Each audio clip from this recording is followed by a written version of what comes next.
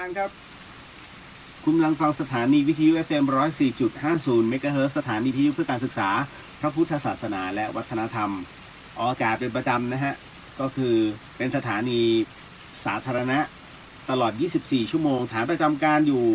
วัดฝายหินครับหลังมหาวิทยาลัยเชียงใหม่ก็เป็นประจำเนาะกับรายการเดอะเฮียนแต่ต้องบอกว่าด้วยสุขภาพที่ไม่ค่อยจะเอื้ออำนวยนะฮะอาจจะต้องบิดเวลากลับมาจัดในช่วงกลางวันเหมือนเดิมแล้วก็จากนั้นก็จะเป็นเทป นะฮะก็เป็นประจำนะฮะสำหรับในเรื่องราวของจิตวิญญาณแล้วก็เรื่องราวของธรรมะสิ่งไหนที่พระภิกษุท่านไม่สามารถจะตอบได้นะครับเพราะว่ามันมีเมในเรื่องของจิตวิญญาณนะครับผมก็จะตอบให้กับอีกประเภทหนึ่งก็คือว่าถ้าเป็นในเรื่องของหลักธรรมนะฮะถ้าอะไรก็ตามที่มันเกี่ยวข้องกับพระไตรปิฎกเดี๋ยวผมตอบให้นะฮะ ก็ทำทุกสิ่ง นะเพื่อต้องบอกว่าช่วยกันรักษาพระพุทธศาสนาเพราะว่าตอนนี้ต้องยอมรับนะฮะว่าตามพุทธธรรมนายขององค์พระสัมมาสัมพุทธเจ้านี้นะครับในพระธารกัปนี้ก็คือของพระโคดมพระโคดมท่านก็ได้บอกไว้อยู่แล้วว่าศาสนาพุทธของเราเนี่ยในกัปนี้จะมีอายุอยู่แค่ 5,000 ปีนั่นหมายถึงว่าครึ่งหนึ่งของอายุนะฮะในส่วนของพุทธธรรมนายคือ 2,500 ถูกไหมเพราะมัน 5,000 ปี 2,500 เสร็จปุ๊บเนี่ยนะตรงนี้นี่แหละนะฮะที่จะต้องถอยลงมามันจะเข้าสู่การเสื่อมเพราะฉะนั้นตั้งแต่ปี 2,500 เป็นต้นมาเนี่ยท่านจะเห็นนะว่ายังแข็งแรงอยู่จนกระทั่งเริ่มเสื่อมถอยเข้ามาหลังจากนั้นมา10 ปีแล้ว2,514-15เริ่มแล้วใช่ไหมฮะเพราะว่าพอมา2,516เนี่ยมันถูกเขาเรียกว่าถูกนำมาใช้เป็นเรื่องของการเมืองจำได้ไหมฮะ2,516มีเหตุการณ์อะไรเกิดขึ้นนั่นหมายถึงว่ากรณีของจอมพล2จอมพลนะฮะที่มีเหตุการณ์16 ตุลาแล้วจากนั้นหนึ่งท่านหนีออกนอกประเทศแล้วกลับเข้ามาโดยการบวชเห็นไหมใช้เป็นเครื่องมือของการเมืองไหมฮะตั้งแต่นั้นเป็นต้นมาเนี่ยฮะก็จะเริ่มเสื่อมถอยมันเป็นปกติตามพุทธธรรมนายแต่คราวนี้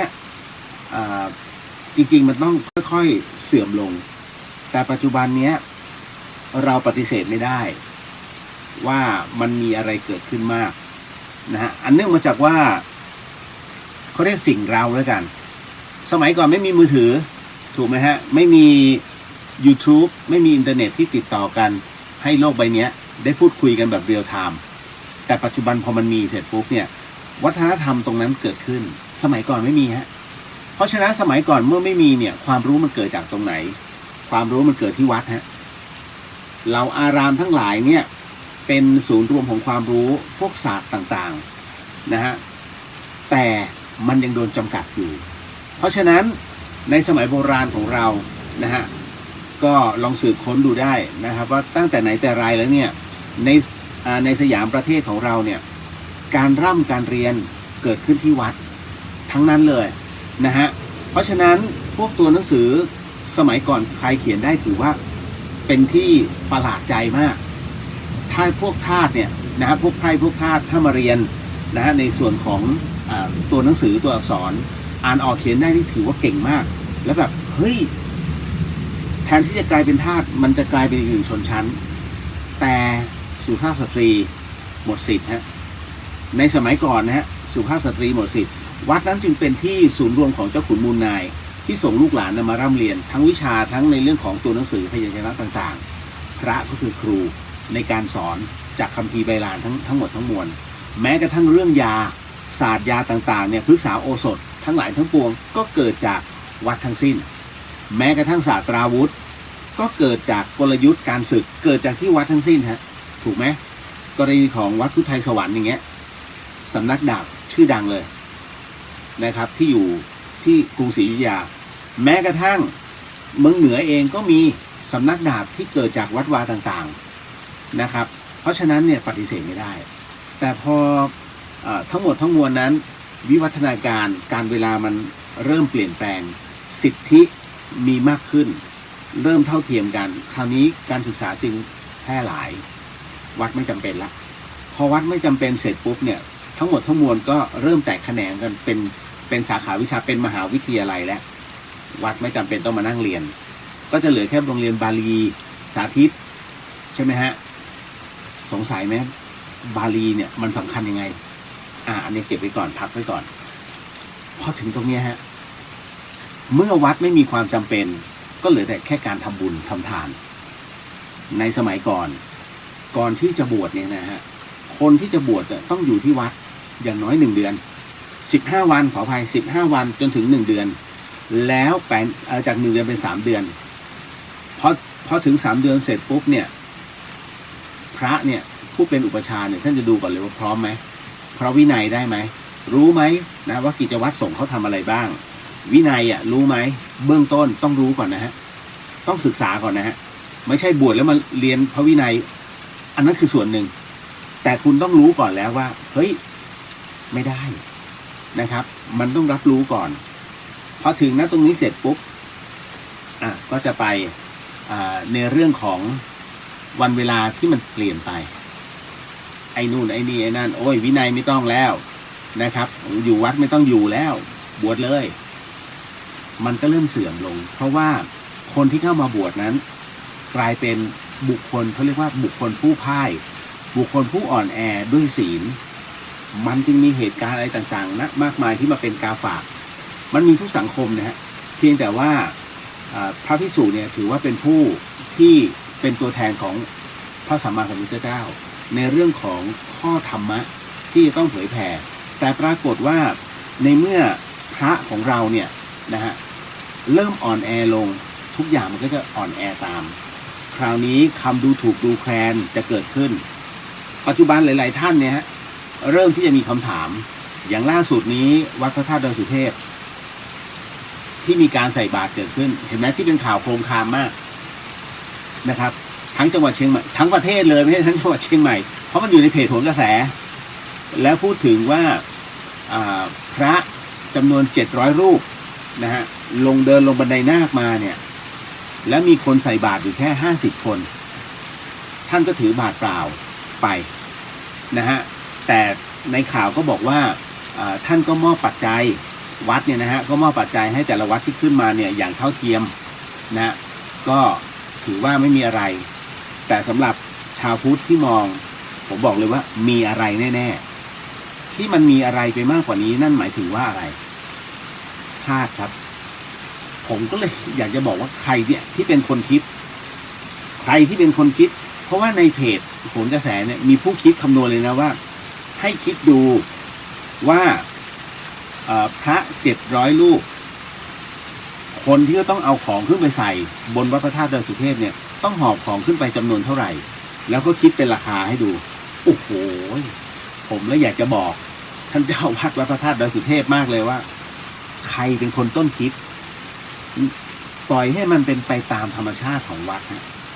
ไม่ต้องเสริมแต่งเราไม่ใช่ธรรมกายเป็นหมื่นนะแต่อันนั้นคือเขาถึงเนี่ยฮะเขาไม่ต้องขึ้นดอยแต่อันนี้มันต้องขึ้นดอยแล้วขาดการประชาสัมพันธ์อันนี้แน่นอนนะครับเพราะผมมาอยู่ในเหตุการณ์ของวันที่ก่อนขึ้นดอยสุเทพอันนี้รับรู้ว่ามันมีอะไรเกิดขึ้นพอสมควรประชาชนเนี่ยเขาขึ้นมาทำบุญพอขึ้นเสร็จปุ๊บเขาหมายมั่นว่าจะต้องพิชิตดอยสุเทพด้วยเท้าให้ได้ถึงเสร็จปุ๊บเขาก็ลงจบแล้วฮะมันไม่มีการประชาสัมพันธ์ว่าในส่วนนี้เดี๋ยวตอนเช้านะจะมีพระท่านเดินลงมาจำนวนกี่รูปก็ไม่บอกอย่างวัดฝายหินเนี่ยฮะทุกวันสำคัญแม้กระทั่งเข้าพรรษา100 รูปถึงไม่ถึงไม่สนแต่พระวัดฝายหินกับสามเณรเดินลงครับแบบไม่สนนะเพราะอันนี้คือกิจวัตรของท่านกิจวัตรของวัดฝายหินที่เดินไปบนถนนเส้นวัฒนธรรมของมหาวิทยาลัยเชียงใหม่อันนี้จบเลยไม่ต้องมาให้ได้300ไม่ต้องฮะอย่าไปเสริมแต่งชีวิตที่มีแต่การเสริมแต่งมีแต่พังผมถึงได้บอกว่าอยากจะดูเดี๋ยวก็กล่าวว่าเดี๋ยวครั้งหน้าจะขอดูหน่อยว่าใครเป็นต้นคิดเพราะว่าผมก็แคปหน้าจอไว้คือกลายเป็นเรื่องถูกตำหนิเห็นไหม นี่หลัง 2,500 ปีเริ่มแล้วครับมันจะมีอะไรเงี้ยถอยไปแล้วจะถอยลงไปเรื่อยๆฮะนี่คือคำทำนายขององค์พระสัมมาสัมพุทธเจ้าท่านทำนายไว้เรียบร้อยแล้วผมก็ทำอะไรไม่ได้ก็ฝึกจิตฝึกใจตัวเองไปนะฮะเราก็วางอุเบกขาถ้ามันทำอะไรไม่ได้จริงๆวัดฝายหินแม้จะปฏิบัติตามกฎของสงฆ์ตามพระวินัยแต่วัดอื่นเขาไม่ใช่ไงเพราะฉะนั้นไอ้ที่มันเสียจริงๆเนี่ยต้องบอกว่ามันเป็นจากที่อื่นแล้วเวลาเขาว่าเนี่ยเขาต้องหนีแบบไหนฮะอ๋อพระจบแล้วฮะแค่คำเดียวแต่ถ้าไม่บอกอ๋อพระสุธีสมมุตินะฮะพระสุธีอันนี้จบพระสุธีจากวัดนี้นั่นหมายถึงว่าเฉพาะคนนั้นนะฮะรูปนั้นนี่มันมีอะไรหลายอย่างนะเห็นไหมน่าจะได้อยู่นะในช่วงเวลาเดี๋ยววันนี้ขออนุญาตนะครับก็จะเล่าเรื่องเหตุการณ์ที่มันเกิดขึ้นมันเป็นเหตุการณ์ที่หลายๆคนก็ประสบพบเจอมาเช่นกันแล้วผมบอกแล้วไงผมเป็นคนที่ไม่ได้ต้องหาความจริงให้เจอว่าไอ้สิ่งที่พบสิ่งที่เจอคือใครแล้วกลิ่นที่ได้รับเนี่ยมันเกิดจากตรงไหนนะฮะเดี๋ยวจะเล่าให้ฟังแป๊บหนึ่งก่อนที่จะไปทำสมาธิก็เอาหลอนๆมาขับกล่อมกันซะหน่อย คืออย่างนี้เดี๋ยวไม่มีข่าวประชาสัมพันธ์นะวันพรุ่งนี้ที่วัดเจ็ดรินนะครับก็จะเป็นอีกหนึ่งวันที่วัดฝายหินเป็นเจ้าภาพในงานถวายภัตตาหารในงานสวดอภิธรรมของท่านพระมหาวิษณุนะอดีตเจ้าวาดวัดเจ็ดรินนะครับที่เชียงใหม่ก็ขอเชิญนะครับผู้ที่อยากจะไปร่วมงานแล้วก็ไปเคยเป็นลูกศิษย์ลูกหาของท่านก็ขอเชิญนะครับที่วัดเจ็ดรินบ่าย 2ครับบ่าย 2นะฮะในวันพรุ่งนี้ส่วนผมเองเนี่ยต้องติดภารกิจพรุ่งนี้ยังไม่ได้เข้าหรอกฮะกรุงเทพแต่ว่าจะต้องเอารถไปตรวจเช็คก่อนเพราะว่าคุณป้าเสียตั้งแต่วันอาทิตย์ที่ทำมโหสิกรรมนะทำมโหสิกรรมเสร็จปุ๊บคุณป้าเสียชีวิตเลยคุณป้าปทุมภาวิไลนะฮะเรียกว่าเป็นป้าใหญ่ของสายผมนะฮะก็เรียกว่าเป็นคุณป้าไม่ใช่ป้าแท้ๆสิ เพราะเป็นป้าสะใภ้นะฮะก็เป็นอีกหนึ่งท่านที่คลุกคลีกันมาตั้งแต่เด็กๆเลยนะฮะก็จะต้องไปที่เมืองทองธานีที่วัดตรงนั้นนะผมจำชื่อวัดไม่ได้นะครับแล้วฝนตกด้วยตอนนี้เชียงใหม่ฝนตกนะถ้าท่านได้ยินอยู่เนี่ยตกมากแล้วน้ำท่วมแล้วในเชียงใหม่น้ำท่วมผมถึงได้บอกว่าปีนี้อาจจะไม่รอดถ้าเป็นอย่างนี้อีก3 วันเชียงใหม่น้ำท่วมฮะเตรียมไว้เลยฮะช้างคลานเรียบร้อยเพราะว่าที่บ้านเสาหินแม่เสลียงน้ำป่าทะลักแล้วนะครับซึ่งมันคนละสายกันเชียงใหม่เนี่ยต้องดูอำเภอเชียงดาวเป็นหลักถ้าเขาบอกว่าน้ำป่าไหลหลากอำเภอเชียงดาวนะฮะแล้วก็ลงมาเส้นแม่แตงเตรียมตัวว่าอีก12 ชั่วโมงจังหวัดเชียงใหม่มันจะมาแล้วจะเพิ่มระดับขึ้นนะฮะเพราะว่าเมื่อเย็นนี้อุโมงค์ตรงเขาเรียกว่า4 แยกสารเด็กน้ำท่วมนะครับรถไฟฟ้าเตรียมตัวเลยสมรรถนะเหมาะมากฮะที่เราจะมาดูว่าสมรรถนะของรถไฟฟ้ามันเป็นยังไงทนน้ำไหม เพื่อนผมบอกเฮ้ยมันทนอยู่แล้วนะถ้าขับไปแล้วนั่งยิ้มกันทั่วรถแล้วรถหยุดใช่แล้วฮะรถไฟดูดทั้งคัน ไม่หรอกเขาทำมาอย่างดีมันต้องผ่านการเทสมาแล้วนะครับลองดูแต่ผมบอกไว้ก่อนนะรถน้ำมันเนี่ยถ้าน้ำมันเข้ามันยังเป่าลมมันเป่าคาบูนะฮะเอามาซ่อมเล็กๆน้อยๆแล้วยังขายได้รถไฟฟ้าถ้ามันเข้าแบตเตอรี่ทุกสิ่งทั้งระบบพังปุ๊บนึกเอาขายใครนะเศษเหล็กอย่างเดียวนี่เพราะฉะนั้นเนี่ยก็เลยต้องบอกว่าให้ระมัดระวังนะฮะไม่ใช่ว่ามันไม่ดีมันดี แต่ต้องดูว่าประเทศไทยเนี่ยโดยเฉพาะอย่างยิ่งจังหวัดกรุงเทพส่วนไหนที่มันต่ำนะฮะเชียงใหม่ส่วนไหนที่ต่ำคุณอย่าไปอย่างเช่นสารพีเนี่ยท่วมตลอดปี อุดมสมบูรณ์มากนะครับถ้ากรุงเทพก็จะเป็นแถวลาดพร้าวแถวบางกะปิแถวประเวศไอ้ตรงนั้นท่วมมันเป็นนา มันเป็นพื้นที่ต่ำมาก่อนนี่ก็ต้องมันต้องดูไงนะฮะ เลือกวิ่งครับเลือกวิ่งขอให้โชคดีทุกท่านอันแต่วันนี้บอกไว้ก่อนนะครับแล้ววันพรุ่งนี้ก็จะมีการประกาศว่าประเทศไทยเข้าสู่ฤดูฝนนะฮะวสันตฤดูอย่างเป็นทางการมาเร็วมากนะนะฮะ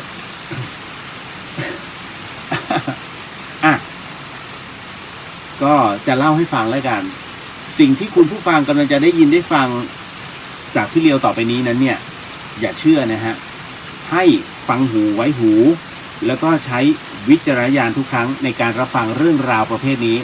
ข้อสำคัญเนี่ยอยากให้ท่านนั้นได้ฟังเป็นนิยายฮะ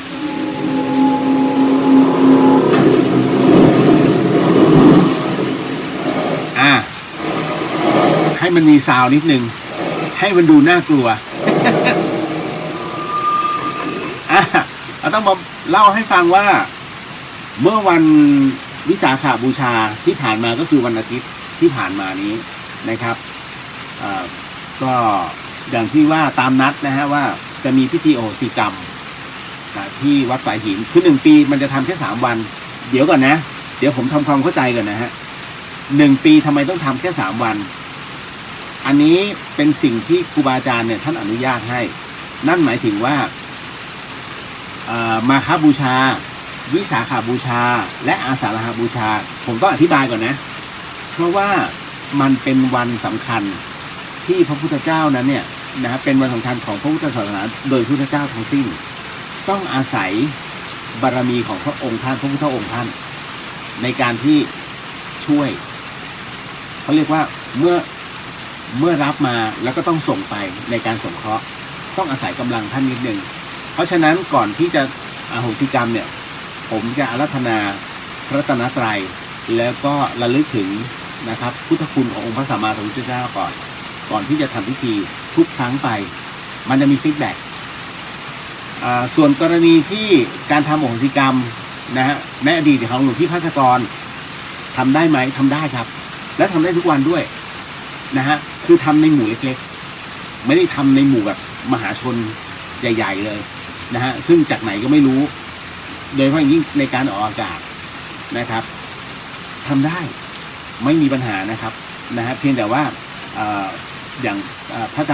ารย์นพพรเนี่ยฮะนะครับแล้วก็พระอาจารย์ใหญ่2-3 ท่านเนี่ยท่านสั่งไว้ต้อง3 วันนี้เท่านั้นถึงจะมีพละกำลังที่ดีใช้คำว่าพละกำลังที่ดีในการรับและก็ส่งต่อในเรื่องของสัพพะเจ้ากรรมนายเวรทั้งหลายของท่านนั่นแหละนะฮะคราวนี้เมื่อวันเสาร์ที่ผ่านมาเนี่ยนะครับก็ดำเนินการในการทำอโหสิกรรมให้ตามเหตุปัจจัยนะตอนนั้นก็ปรากฏว่าในขณะที่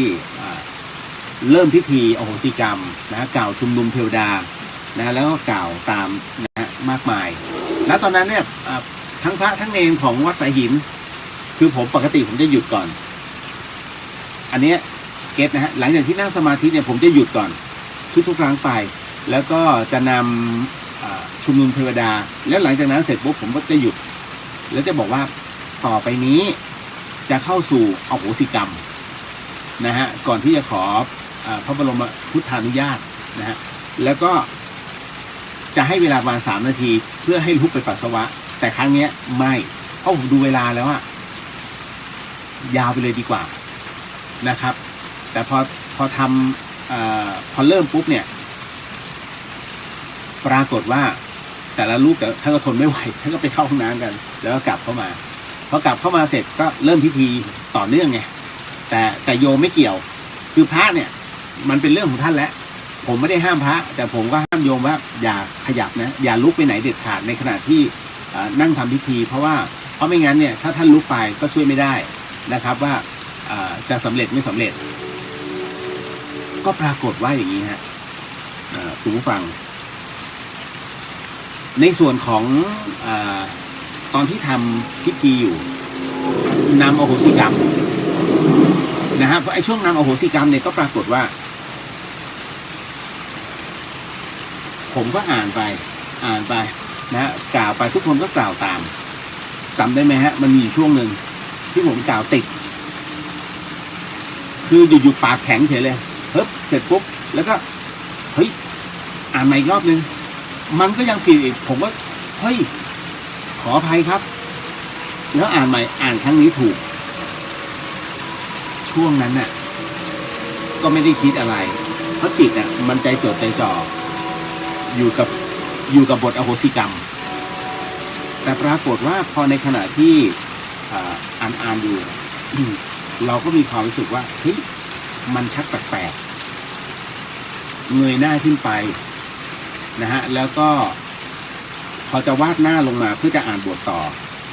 แป๊บหนึ่งด้านหน้าข้างนอกนะฮะสายตาไปข้างนอกเนี่ยก็จะไปเจอเป็นพระรูปหนึ่งฮะมีพระรูปหนึ่งนะใส่จีวรสีหมากนะครับแล้วยืนอยู่ด้านนอกตรงแท้งน้ำตรงมีไฟด้วยนะเปิดไฟด้วยนะไอ้ที่ข้องใจคือเปิดไฟเนี่ยแต่มีพระหนึ่งรูปแล้วข้างๆพระเนี่ยมีผู้ชายคนหนึ่งสูงกว่าพระเป็นผู้ชายน่าจะสูงประมาณ180 กว่านะฮะก็แบบหน้าตาพื้นๆบ้านๆทรงผมแบบชาวบ้านธรรมดาไม่มีทรงแล้วก็เหมือนกับเรียบๆปกปิดๆนะแอบมีหยักโศกเล็กๆจำได้เสื้อสีฟ้าสีฟ้าเสื้อออกสีน้ำเงินแล้วก็มันเหมือนกับคือมันเป็นเชิ้ตเนาะแล้วก็มีแบบสีฟ้าบ้างแซมถ้าจำไม่ผิดนะเพราะว่าผมก็ไม่ใส่แว่นแล้วถ้าแล้วพอเห็นนะเป็นรูปลักษณ์แบบนั้นกางเกงสแล็กนะฮะขายาวแบบเฉยๆแบบบ้านๆสไตล์เหนือโบราณแล้วข้างๆผู้ชายมีผู้หญิงอีก2 คนนะน่าจะเป็นถ้าเป็นแม่อุ้ยเนี่ยมันจะต้อง70 อัพแต่นี้มันไม่ใช่อารมณ์ว่าน่าจะเป็นผู้หญิงวัยกลางคน2 คนนะฮะคนหนึ่ง9หัวเล็กน้อยนะฮะแต่ก็ใส่เสื้อแบบชาวบ้านเหมือนผู้หญิงโบราณธรรมดานะฮะชาวเหนือธรรมดาแล้วก็แต่เราก็ไม่กล้าที่จะบอกสักพักหนึ่งก็อ่านไปเรื่อยๆเฮ้ยกลิ่นบุหรี่ฮะอันนี้ถ้าอ่านในคอมเมนต์เนี่ยท่านก็จะรู้ว่า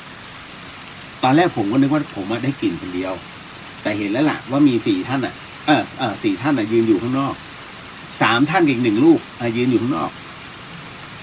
อันนี้รู้ว่าต่างมิติแล้วช่วงที่กล่าวอยู่นะฮะแต่กลิ่นบุหรี่ไอเราก็นึกในใจใครวะมาสูบบุหรี่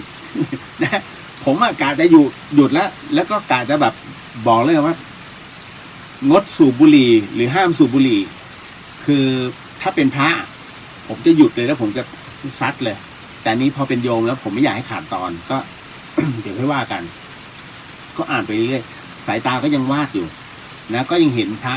ท่านก็ยืนนิ่งๆอยู่ที่รู้ว่าต่างมิติอันเนี้ยต้องบอกก่อนว่าเพราะว่าคุณป้าวัยกลางคนหนึ่งฮะเขาไม่ได้ยืนที่พื้นเขายืนที่ขอบเขายืนที่ขอบอะไรล่ะจะเรียกว่าจะขอบหน้าผามันก็ไม่ใช่เพราะมันเป็นของวัดสายหินขอบกำแพงวัดสายหินตรงบันไดเทวดาข้างวิหารเราก็เห็นตรงนั้นไงรู้แล้วแหละว่าโอเคต่างมิติแน่ไม่มีเงามีไฟแต่ไม่มีผมบอกแล้วไงว่าวิธีดูเนี่ยว่าอันไหนของจริงอันไหนของปลอมให้คุณดูเงาภาพที่คุณเห็นมันมีเงาไหมไอเนี่ยไม่มีเงารู้ทันทีเพราะมันคือพลังงานเมื่อเจอกับแสงสว่างเนี่ยมันคือโปร่งมันจะไม่มีเงาได้ยังไงตรงเนี้ย พอเสร็จปุ๊บก็เลยว่าต่อจนกระทั่งคือก่อนหน้านั้นเนี่ยให้ทุกคน กล่าวศีลห้าแต่ผมก็ไม่รู้ว่ามีกล่าวบ้างหรือไม่กล่าวบ้างเพราะว่าผมบอกว่าตอนแรกที่รับศีลแปดเนี่ยคือทุกคนต้องรับศีลแปดศีลห้าให้ท่านกล่าวเป็นตัวแทนกล่าวสารพัดวิญญาณหรือว่าเจ้ากรรมนายเวรของคุณซึ่งที่เขาไม่สามารถจะเอ่ยได้ให้คุณเอ่ยแทนเขาก็มีหลายๆคนกล่าวแต่ว่ามันก็ไม่ได้ทุกคนนะฮะก็ไม่รู้เพราะอะไรแต่ก็พอปล่อยตรงนั้นไปเสร็จปุ๊บกล่าวเสร็จคราวนี้กลิ่นแรงขึ้นกลิ่นบุหรี่เริ่มแรงขึ้นนะฮะไม่รู้พี่หน่อยบอกว่ามันเป็นกลิ่นขี้โยแต่ผมไม่รู้ก็เลยไม่ได้อะไรมากมายนะฮะแต่รู้ว่าเดี๋ยวก่อนขอเสร็จอโหสิกรรมก่อนคราวนี้ก็จะเห็นพระภิกษุซึ่งเป็นใส่จีวรสีมานะฮะซึ่งก็ดูหน้าไม่รู้เรื่องเพราะผมไม่ได้ใส่แว่นแล้วมันเห็นเป็นแค่เชฟนะฮะพอกล่าวไปจนกระทั่งจบเสร็จปุ๊บขอโหสิให้โหสิขอโหสิให้ขอโหสิแล้วก็พอถึงให้โหสิให้โหสิให้โหสิพอกระแทกให้โหสิสุดท้ายปุ๊บหายหมดเลย4 คนเฮ้ยผมก็อึ้งแล้วก็จากนั้นก็เข้าสู่ในช่วงของหลวงพี่โอปออ่านบทบูชาดอกไม้แล้วก็เวียนเทียนกันข้างในนะฮะที่ต้องเวียนเทียนกันข้างในเพราะว่าตอนเช้าเนี่ยผมไปดูมันมีรังแตนเกาะอยู่ริมหน้าต่างของอุโบสถคือถ้าเดินไปเนี่ยจริงๆแตนมันจะไม่ทำงานตอนกลางคืนหรอกนะแต่พระท่านก็กลัวโยมจะถูกต่อยก็เลยให้เวียนเทียนกันอยู่ในศาลาพอเสร็จปุ๊บออกมาหลังจบพิธีแล้วนะแจกพระของหลวงปู่ศิลาที่มอบให้มาแล้วนะทุกท่านก็ออกมาเสร็จปุ๊บเนี่ยผมก็คุยกับแม่ปุ๋ยก็กำลังขึ้นรถแล้วแม่ปุ๋ยก็บอกพี่เลียวเมื่อกี้ที่ทำอโหสิกรรมมีใครสูบบุหรี่ป่ะกลิ่นแรงมากเลยนะบอกเอ้าเหรอแม่แม่ก็ได้กลิ่นเหรอผมว่าผมไม่ได้กินอยู่คนเดียวแล้วผมกะจะหยุดแล้วก็จะกะจะด่าเลยนั่นแหละแต่แหมไหนๆก็ทำพิธีอยู่แล้วเพราะฉะนั้นก็เลยตามเลยเอาให้จบก่อนเขามาว่ากันพอเสร็จจากนั้นเสร็จปุ๊บก็คุยกันเรื่องแบบนี้แต่ผมก็อธิบายให้ฟังว่าผมเจอใครบ้างแล้วตรงนั้นแต่แม่ปุ๋ยบอกว่าตอนที่แม่นั่งอโหสิกรรมอยู่ขอแล้วกล่าวอยู่แม่มีความรู้สึกว่ามันมีเงาดำๆมาอยู่ข้างๆแล้วเขาก็สูบบุหรี่แล้วเขาก็พ่นมาแต่แม่ก็ไม่รู้ว่าเขามากับแม่หรือเปล่าผมก็เลยว่าไม่ได้มากับแม่ไม่ได้มาผมว่าไม่ได้มาจริงนะคะไม่ได้มา 100% ครับ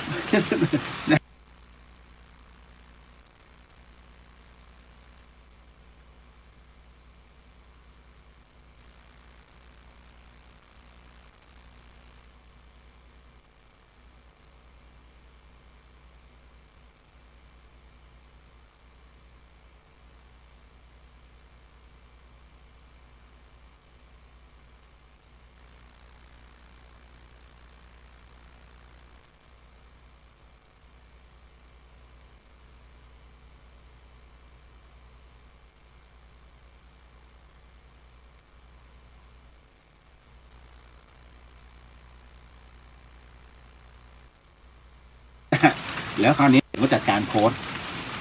ลองดูได้ที่ผมโพสต์เสร็จปุ๊บก็จะมีเมื่อสัญญาณไม่เสถียรเดี๋ยวเสียงมันจะติดขัดพยายามเล่าต่อเพื่อจะไม่ให้เสียงมันติดขัดพอหลังจากทำพิธีเสร็จปุ๊บนะฮะแม่ปุ๋ยก็บอกมันเหมือนมีเงาดำๆมายืนอยู่ข้างๆแล้วก็พ่นบุหรี่ผมก็จริงเหรอฮะแม่แล้วหลังจากนั้นก็เลยเล่าว่าเนี่ยมีใครบ้างที่ผมเจออยู่นะตรงนั้นเสร็จปุ๊บพอโพสต์ไปเสร็จปุ๊บเนี่ยหลายๆท่านก็โพสต์คุณดูได้ใน Facebook ที่ผมโพสต์ไปเนี่ยทั้งพี่หน่อยนะฮะแล้วก็น้องๆนะฮะอีกหลายๆคนนะครับก็ได้กลิ่นแต่แปลกตรงที่ด้านหลังไม่มีคนได้กลิ่นพระหลังจากเสร็จพิธีนะฮะคืนนั้นเลยผมตาม2 คนถามตู้โยก่อนหลวงพี่ ได้กลิ่นบุหรี่ไหมท่านก็บอกว่าไม่ได้กลิ่นแล้วรู้ไหมว่ามีใครสูบบุหรี่หลวงพี่ท่านก็บอกว่าอ๋อน่าจะเป็นพระอยู่รูปหนึ่งออกไปสูบบุหรี่บอกแล้วเขาสูบช่วงไหนฮะก็ช่วงต้นโอเคเก็ตเพราะว่าตอนกลิ่นบุหรี่มามันเป็นช่วงกลางๆนะฮะซึ่งทุกคนเนี่ยทั้งพระทั้งเนรเนี่ยกลับเข้าที่เป็นที่เรียบร้อยรุ่งเช้ามาผมถามหลวงพี่โตก่อนที่หลวงพี่โตจะพาไปดูรังแตนผมก็ถามหลวงพี่เมื่อคืนได้กลิ่นบุหรี่ไหมหลวงพี่โตบอกว่าเมื่อคืนตอนไหนตอนทำโอโหสิกรรมเลยพี่ไม่มีอ่ะใครเหรอใครสูบบุหรี่ก็ไม่มีนะผมก็หลวงพี่โตเขาบอกผมก็มองอยู่ว่าไม่มีนะก็ทุกคนก็ทำแล้วก็ทำสมาธิอย่างดีผมก็เลยต้องไปถามพระอีกรูปหนึ่งท่านเมื่อคืนนี้ตอนที่ทำโอโหสิกรรมอ่ะมีใครสูบบุหรี่ไหมทั้งโยมทั้งพระไม่มีนะไม่เห็นไม่มีเก็ตแล้วตอนนี้ผมได้พยานที่เป็นพระทั้งสิ้นเนี่ย3 รูปไม่มีนะครับ หลังจากนั้นก็เลยหาในพื้นที่เป็นยังไง ต้องหาทุกอย่างต้องมีหลักฐานนะครับ ก็ปรากฏว่าขนลุกว่ะ เล่าเองก็ขนลุกเองพอหาที่มาที่ไปของบุหรี่ไม่ได้ไม่ว่ากันผมก็เลยมานั่งนึกเมื่อวานนี้มีพระรูปหนึ่งมายืนตอนอโมโหสิกรรมแต่รู้ว่าไม่ใช่พวกเราท่านอยู่ต่างมิติแต่ใส่สีหมากคือพระเมืองเหนือใส่สีแบบออกแบบเลือดหมูเข้มประมาณนั้นน่ะแล้วก็มีแม่อุ้ย2 คนแล้วก็มีผู้ชายคนหนึ่งสูงมากหลวงพี่โตก็เล่าเรื่องนึงให้ฟังแต่เดี๋ยวจะมาเล่าเรื่องของหลวงพี่โตผมก็เลยหาก่อนที่มาที่ไปนึกขึ้นมาได้ว่าข้างๆศาลาเนี่ยฮะมีกู่พระไม่รู้ว่ารูปหรือ2 รูปอ่ะนะฮะแต่มี1อยู่ตรงนั้นน่ะแน่ๆแล้วก็มีกู่แบบโบราณกู่ก็คือที่ใส่กระดูกอ่ะเจดีย์ธาตุอ่ะผมก็ใช่หรือเปล่านะแต่ยังไม่ได้บอกใครนะเก็บไว้พิจารณาเองเล่นๆแต่ก็ตอนนี้ก็ทิ้งมันไปแล้วคือรู้ไว้แต่ไม่รู้เก็บอย่าเก็บคือเก็บมาก็เหมือนเอามาแบกอ่ะเหมือนคุณโกรธใครสักคนเครียดแค้นใครสักคนหนึ่งแล้วคุณเก็บเอาไว้นอนก็แค้นตื่นมันก็แค้นด่ามันอย่างเดียวไอ้นั่นไม่รู้เรื่องเลยไอ้คนที่คุณแค้นไม่รู้เรื่องเลยนั่นหมายถึงว่าท่านน่ะกำลังเอาเรื่องมาแบกแบบไร้สาระสุขภาพจิตเสียผมก็ทิ้งแบบพอมาถึงตรงนี้เสร็จปุ๊บเนี่ยก็พอจะรู้แล้วละว่า4 ท่านตรงนั้นน่ะน่าจะเป็นอยู่ทั้งกู่นี้กู่ตรงห้องน้ำคิดว่าคราวนี้วัดสายหินเนี่ยมันจะมีเรื่องราวแปลกๆนะอย่างกุฏิที่อยู่ตรงนี้นะฮะปรากฏว่ามันก็จะมีอยู่วันหนึ่งซึ่งผมมาจากกรุงเทพแล้วก็นอนอยู่เนี่ยแล้วสักพักเสียงปังแปลกๆแล้วก็มีเสียงแบบเหมือนมีบางอย่างบนหลังคานะฮะเหมือนไม่มือก็เท้ากุบกับอยู่ข้างบนนะฮะผมก็บอกเฮ้ยจะนอนอย่ากวนเสียงก็เงียบแล้วเราก็นั่งเขาไปแล้วผมก็นอนฟังมันเสียงอะไรวะสักพักได้ยินเสียงก็เลยเดินออกไปข้างนอกปรากฏว่าน้องคนงานที่เขามาทำที่เดินจงกรมนะฮะให้กับผมต่อที่เดินจงกรมเอาไว้ข้างๆกุฏิมันลืมปิดพัดลมแล้วมันลืมปิดไว้2 วันแล้วผมผมไม่ได้เดินสำรวจไงมาถึงปุ๊บนอนเลยไม่ไหวง่วงอันนี้อันนึงมันเหมือนกับมีบางอย่างที่เฮ้ยลองเดินสำรวจหน่อยอารมณ์ว่ามาเตือนอันที่2หลวงพี่โตฮะพระอาจารย์โต ท่านจะดูแลความเรียบร้อยของบนรถไฟหินก่อนที่จะเข้ากุฏิทุกครั้งตอนนั้นเป็นเวลาตี 2นะฮะพระอาจารย์โตท่านก็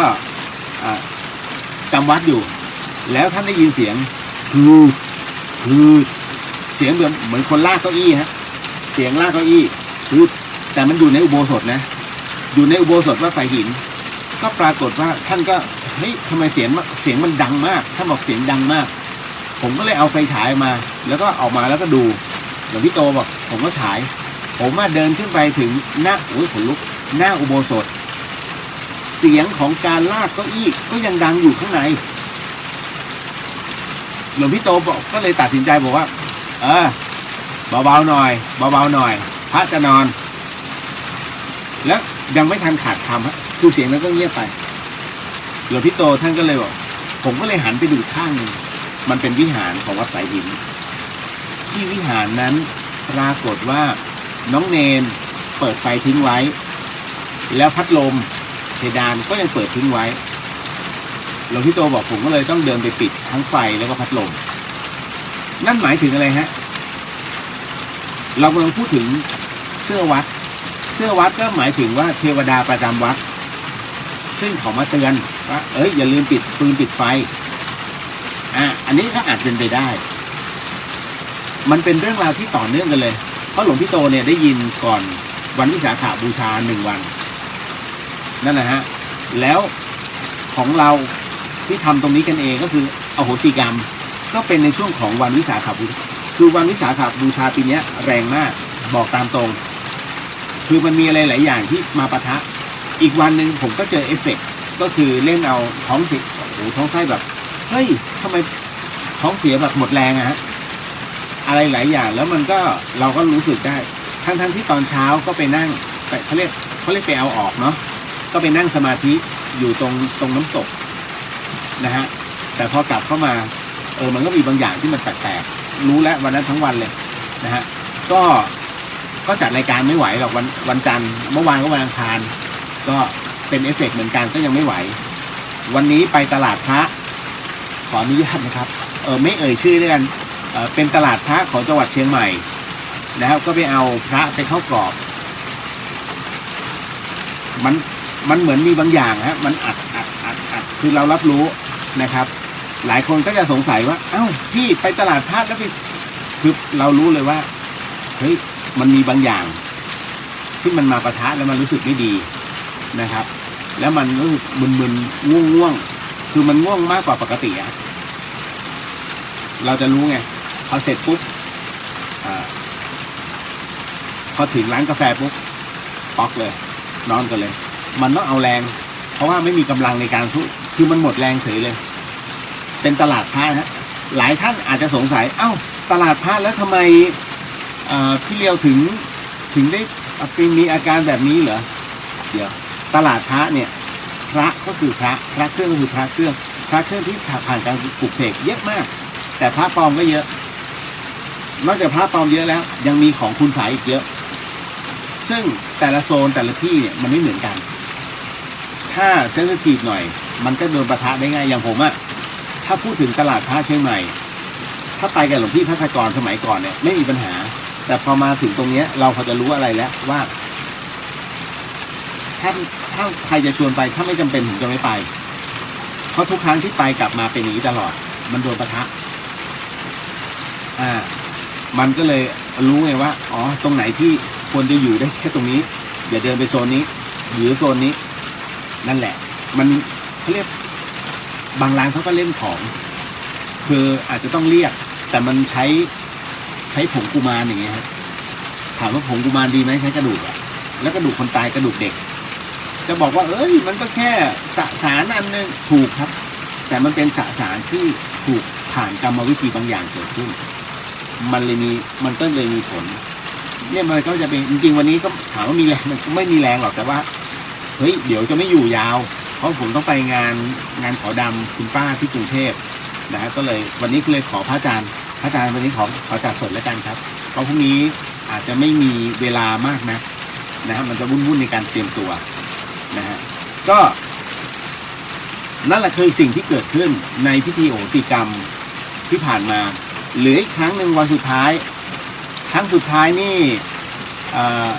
วัดฝ่ายหินอาสาฬหะผมยังไม่ได้ดูนะก่อนเข้าพรรษา1 วันก็จะทำอโหสิกรรมที่นี่แล้วก็จะแจกเป็นพระไม่แน่ใจอยู่ตรงนี้ เป็นหลวงปู่ทวดองค์ลอยตัวที่หลวงปู่ศิลาสิริจันโทท่านเมตตาให้หลายท่านก็สงสัยว่าเฮ้ยโม้เปล่าคืออย่างนี้ฮะหลวงปู่ท่านเนี่ยไม่รับปลุกเสกไม่รับอธิษฐานจิตมานานแล้ว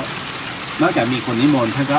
ส่งเคราะห์ให้แต่ปรากฏว่าอันเนี้ยบังเอิญว่าญาติธรรมนะฮะท่านเมตตาให้ก็ขอเมตตาจากหลวงปู่ศิลาให้ทีหนึ่งนะครับก็เลยถือว่าเป็นกรณีพิเศษก็คงจะไม่ไปรบกวนท่านแล้วคือเราก็ไปเนียนๆเราก็ไปเนียนๆกันไม่ใช่ของวัดสายหินที่เดียวไงมันก็มีอีก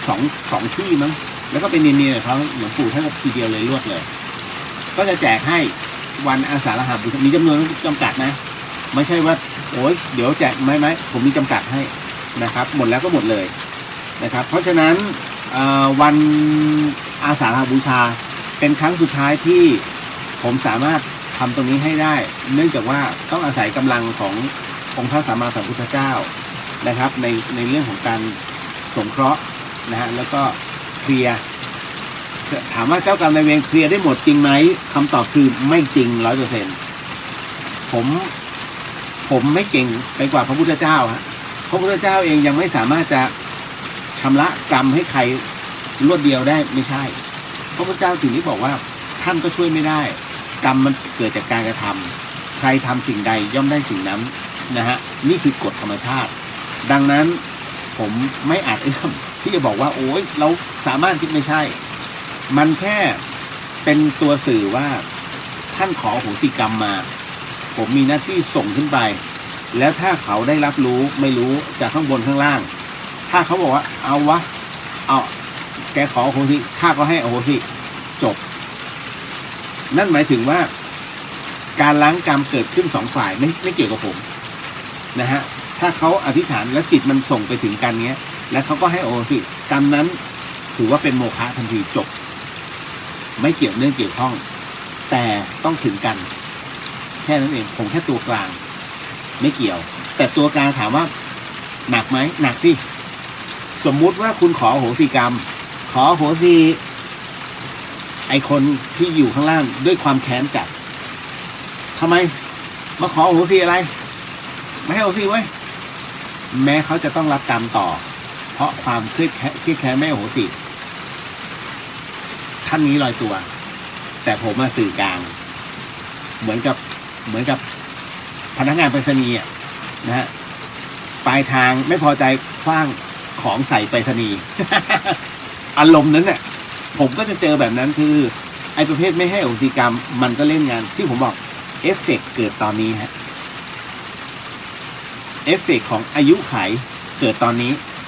อายุไขเนี่ยทำไมต้องเกี่ยวเนื่องเกี่ยวข้องคือถ้ากำลังท่านไม่พอมันต้องชดใช้จำได้ไหมฮะครั้งหนึ่งที่เราพ่อแม่ครูบาอาจารย์ที่เราสันนิษฐานว่าท่านเป็นพระอรหันต์ผมใช้คำว่าสันนิษฐานซึ่งพอท้ายที่สุดแล้วหลังจากที่ท่านมรณภาพลงเนี่ยกระดูกท่านเป็นพระธาตุอย่างนี้ก็ถือว่าเป็นอรหันต์ได้เนาะก็ต้องบอกว่าในอดีตนะฮะมีพ่อแม่ครูบาอาจารย์ร่วงเป็นใบไม้ร่วงเลยจำได้ไหมนะฮะช่วงนั้นมีคนสำคัญของประเทศไทยนะฮะประชวรอยู่ท่านถึงได้บอกว่าชีวิตเวลาต้องแลกด้วยชีวิตท่านจึงยอมสละเขาเรียกช่วงเวลาอายุไขของตนลงลดอายุไขของตนลงเพื่อช่วยบุคคลสำคัญแค่นั้นเลยฮะเพราะฉะนั้นอารมณ์เดียวกันนะครับ ซึ่งตรงนี้เป็นการสงเคราะห์อันยิ่งใหญ่ซึ่งหลวงพี่ภาสกรนั้นเป็นผู้ที่เสียสละอย่างยิ่งใหญ่นะฮะผมถึงต้องสืบต่อนะฮะจากท่านทำให้สงเคราะห์ให้ตามเหตุปัจจัยแต่ละว่าเราก็ไม่ได้ทำทุกวัน นะครับ อันนี้ก็เลยต้องเรียนชี้แจงก่อนแต่ว่าถ้าทำกันในหมู่เล็กๆไม่มีปัญหาในหมู่ครอบผมว่าหมู่ครอบครัวทำได้ไม่มีปัญหาไม่มีผลด้วยเรื่องอายุขัยไม่มีผลนะแต่อย่าไปเอาคนนู้นคนนี้คนรอบข้างทั้งหมู่บ้านอย่าเพราะเราไม่รู้ว่าใครว่าเขาไปฆ่าคนนั้นคนนี้มาหรือเปล่าตรงนี้แหละมันจะหนักเราเก็ตเนาะเอาละเดี๋ยวขออนุญาตนะครับเรามานั่งสมาธิเดี๋ยวลืมไปนะผมไม่ได้ทักทายคือเมื่อกี้มันไม่ขึ้นอะไรเลยนะฮะนิดนึงนะครับต้าสวัสดีครับพี่เลียวสวัสดีจ้าต้านะครับแล้วก็หายไปนานเลยน้องนะครับพี่นพวรรณสวัสดีครับคุณเลียวสวัสดีครับผมเมื่อกี้มันไม่ขึ้นอะไรเลยมันเหมือนกับแชร์ไปยังกลุ่มอื่นผมก็เลยไม่สามารถจะอ่านชื่อแต่พอเมื่อกี้พอมันดับไปแป๊บหนึ่งมันขึ้นตัวหนังสือมาคุณเพนสวัสดีครับพี่เลียวสวัสดีค่ะนะฮะพี่สุวรรณยาสวัสดีค่ะสวัสดีครับพี่อุทิศสวัสดีค่ะอาจารย์ขอให้คุณพระคุ้มครองอาจารย์แล้วก็ทุกท่านเจ้าค่ะก็ผ่านไปแล้วครับนะฮะแล้วก็เริ่มสดชื่นขึ้นแล้วนะครับแต่ก็ยังไม่รู้ว่า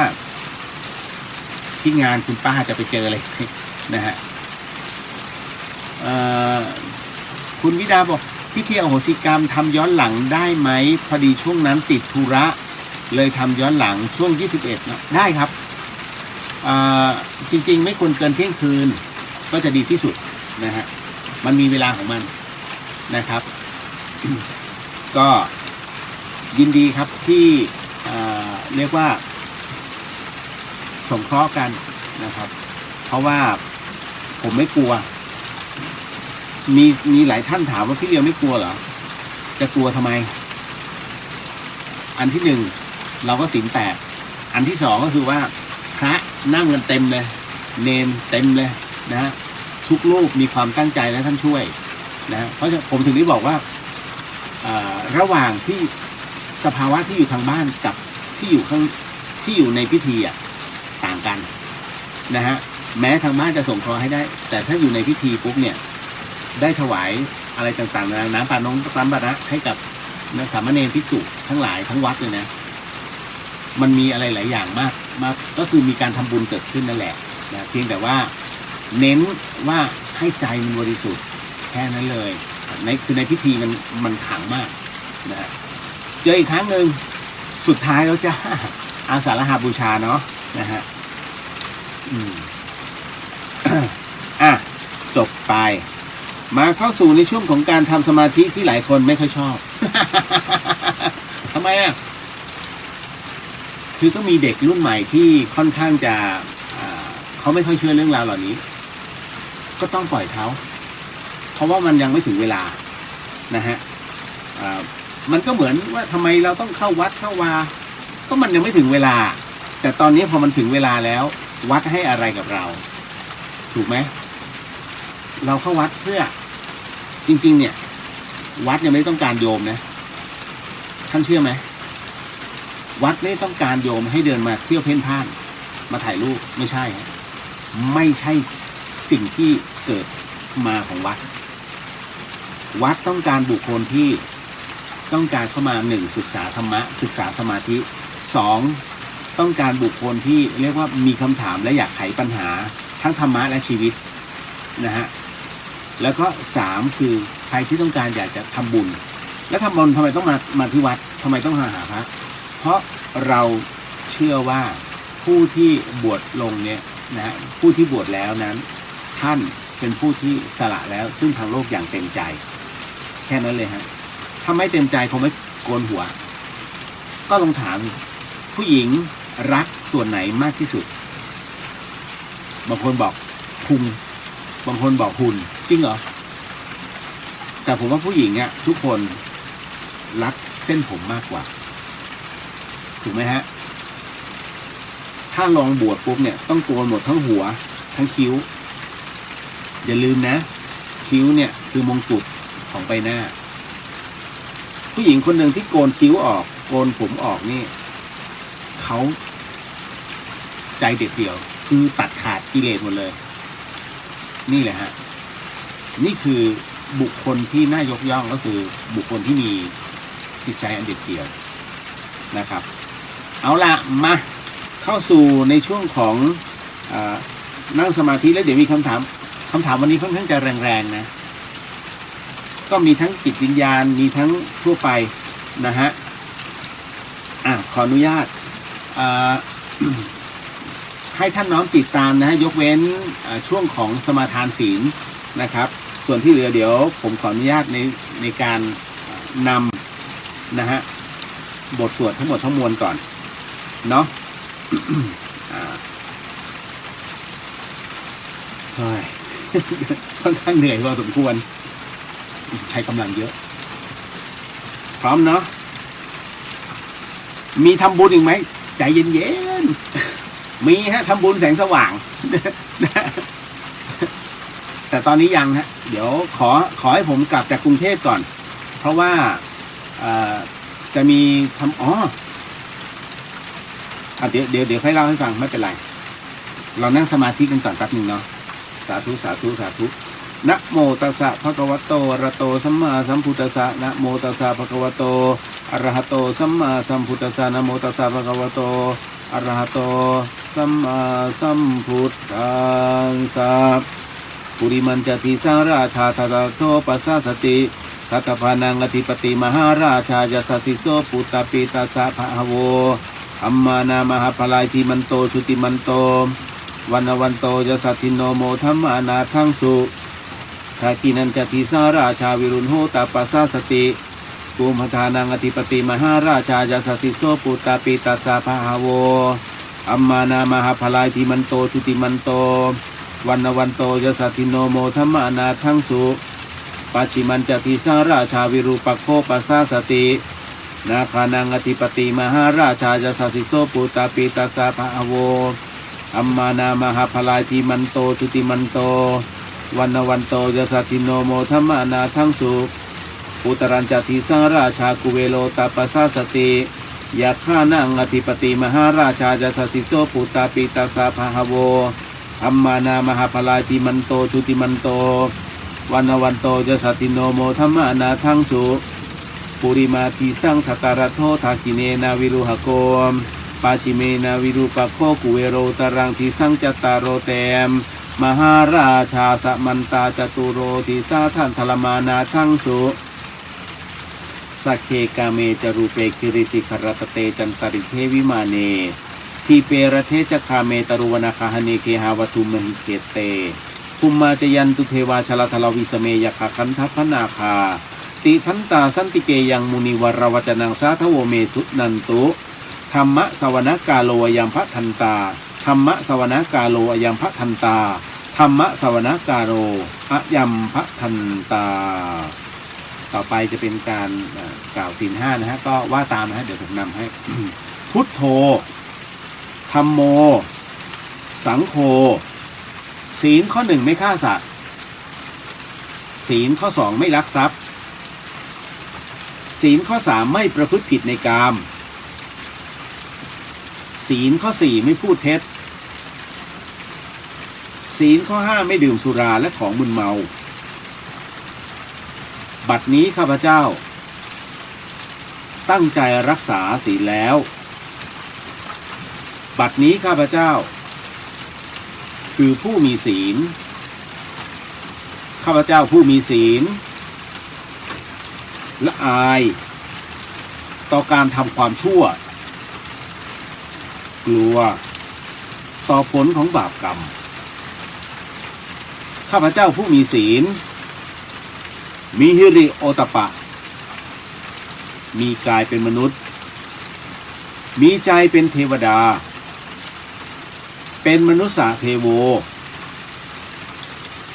ผู้เข้าถึงความเป็นสหายกับเหล่าเทวดาทั้งหลายณบัดนี้ข้าพเจ้าทั้งหลายขออดโทษลดกรรมที่ข้าพเจ้าได้เคยประมาท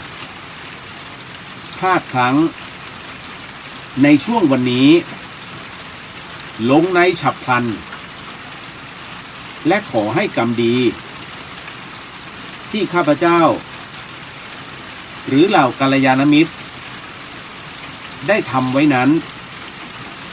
ขอจงมาแทรกส่งผลบุญนี้ให้ข้าพเจ้า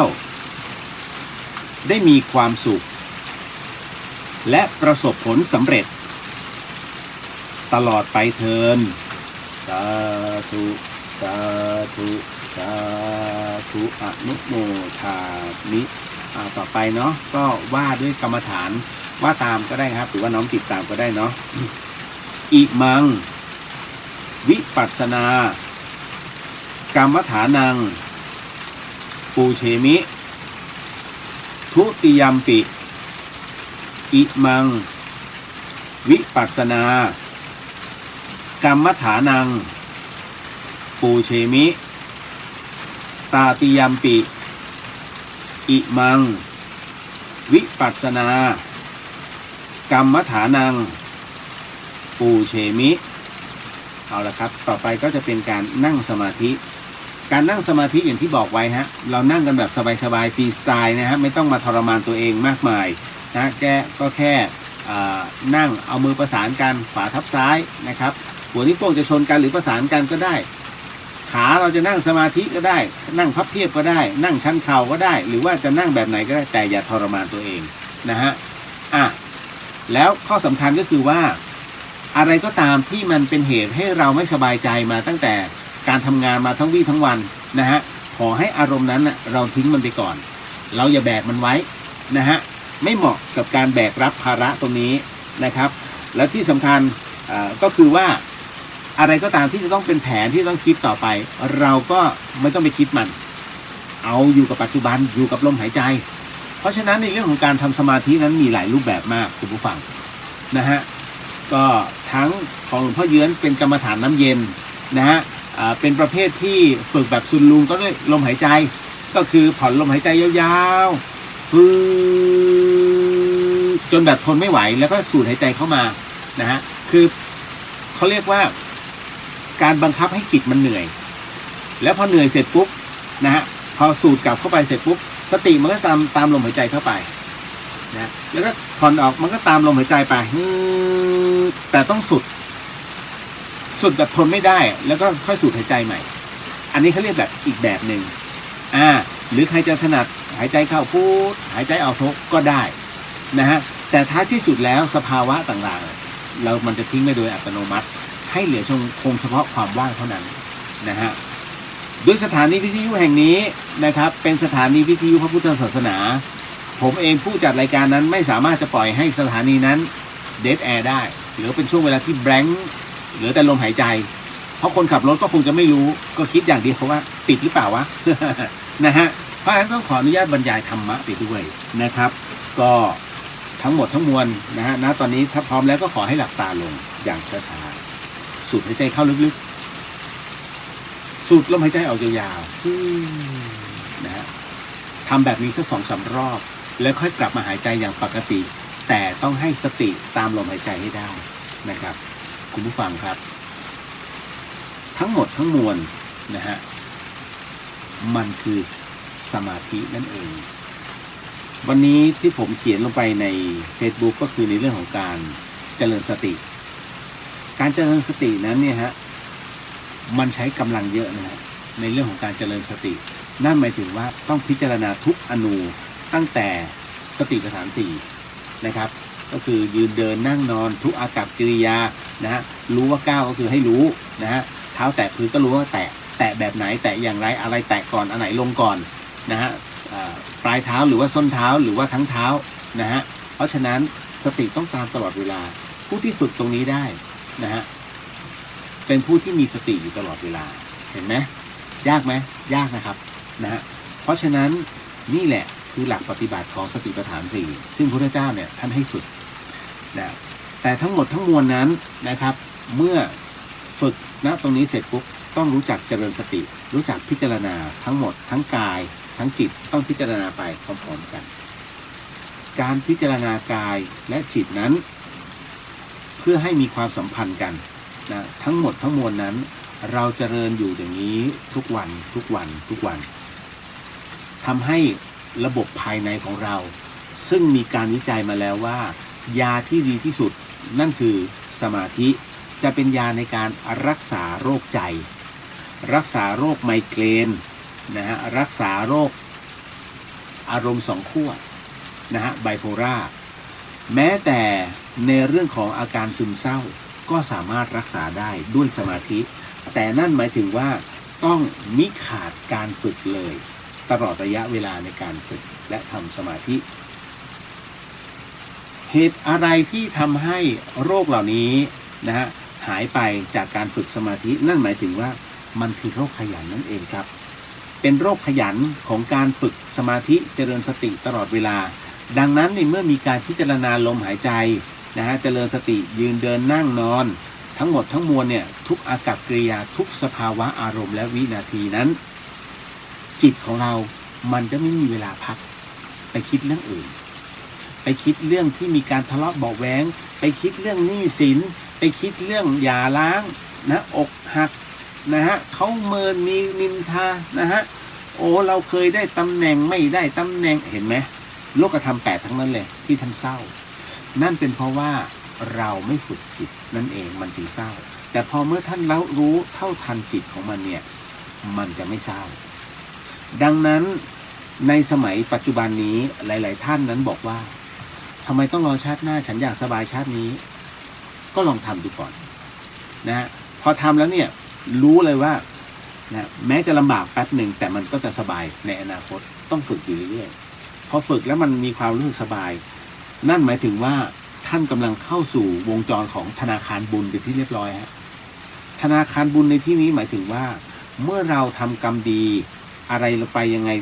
ก็ตามจิตเนี่ยเมื่อบันทึกในสิ่งดีๆปุ๊บมันจะเอาจิตอันเป็นกุศลเนี่ยเข้าไปฝากในธนาคารก่อนวันหนึ่งจะได้กลับมาใช้ฮะ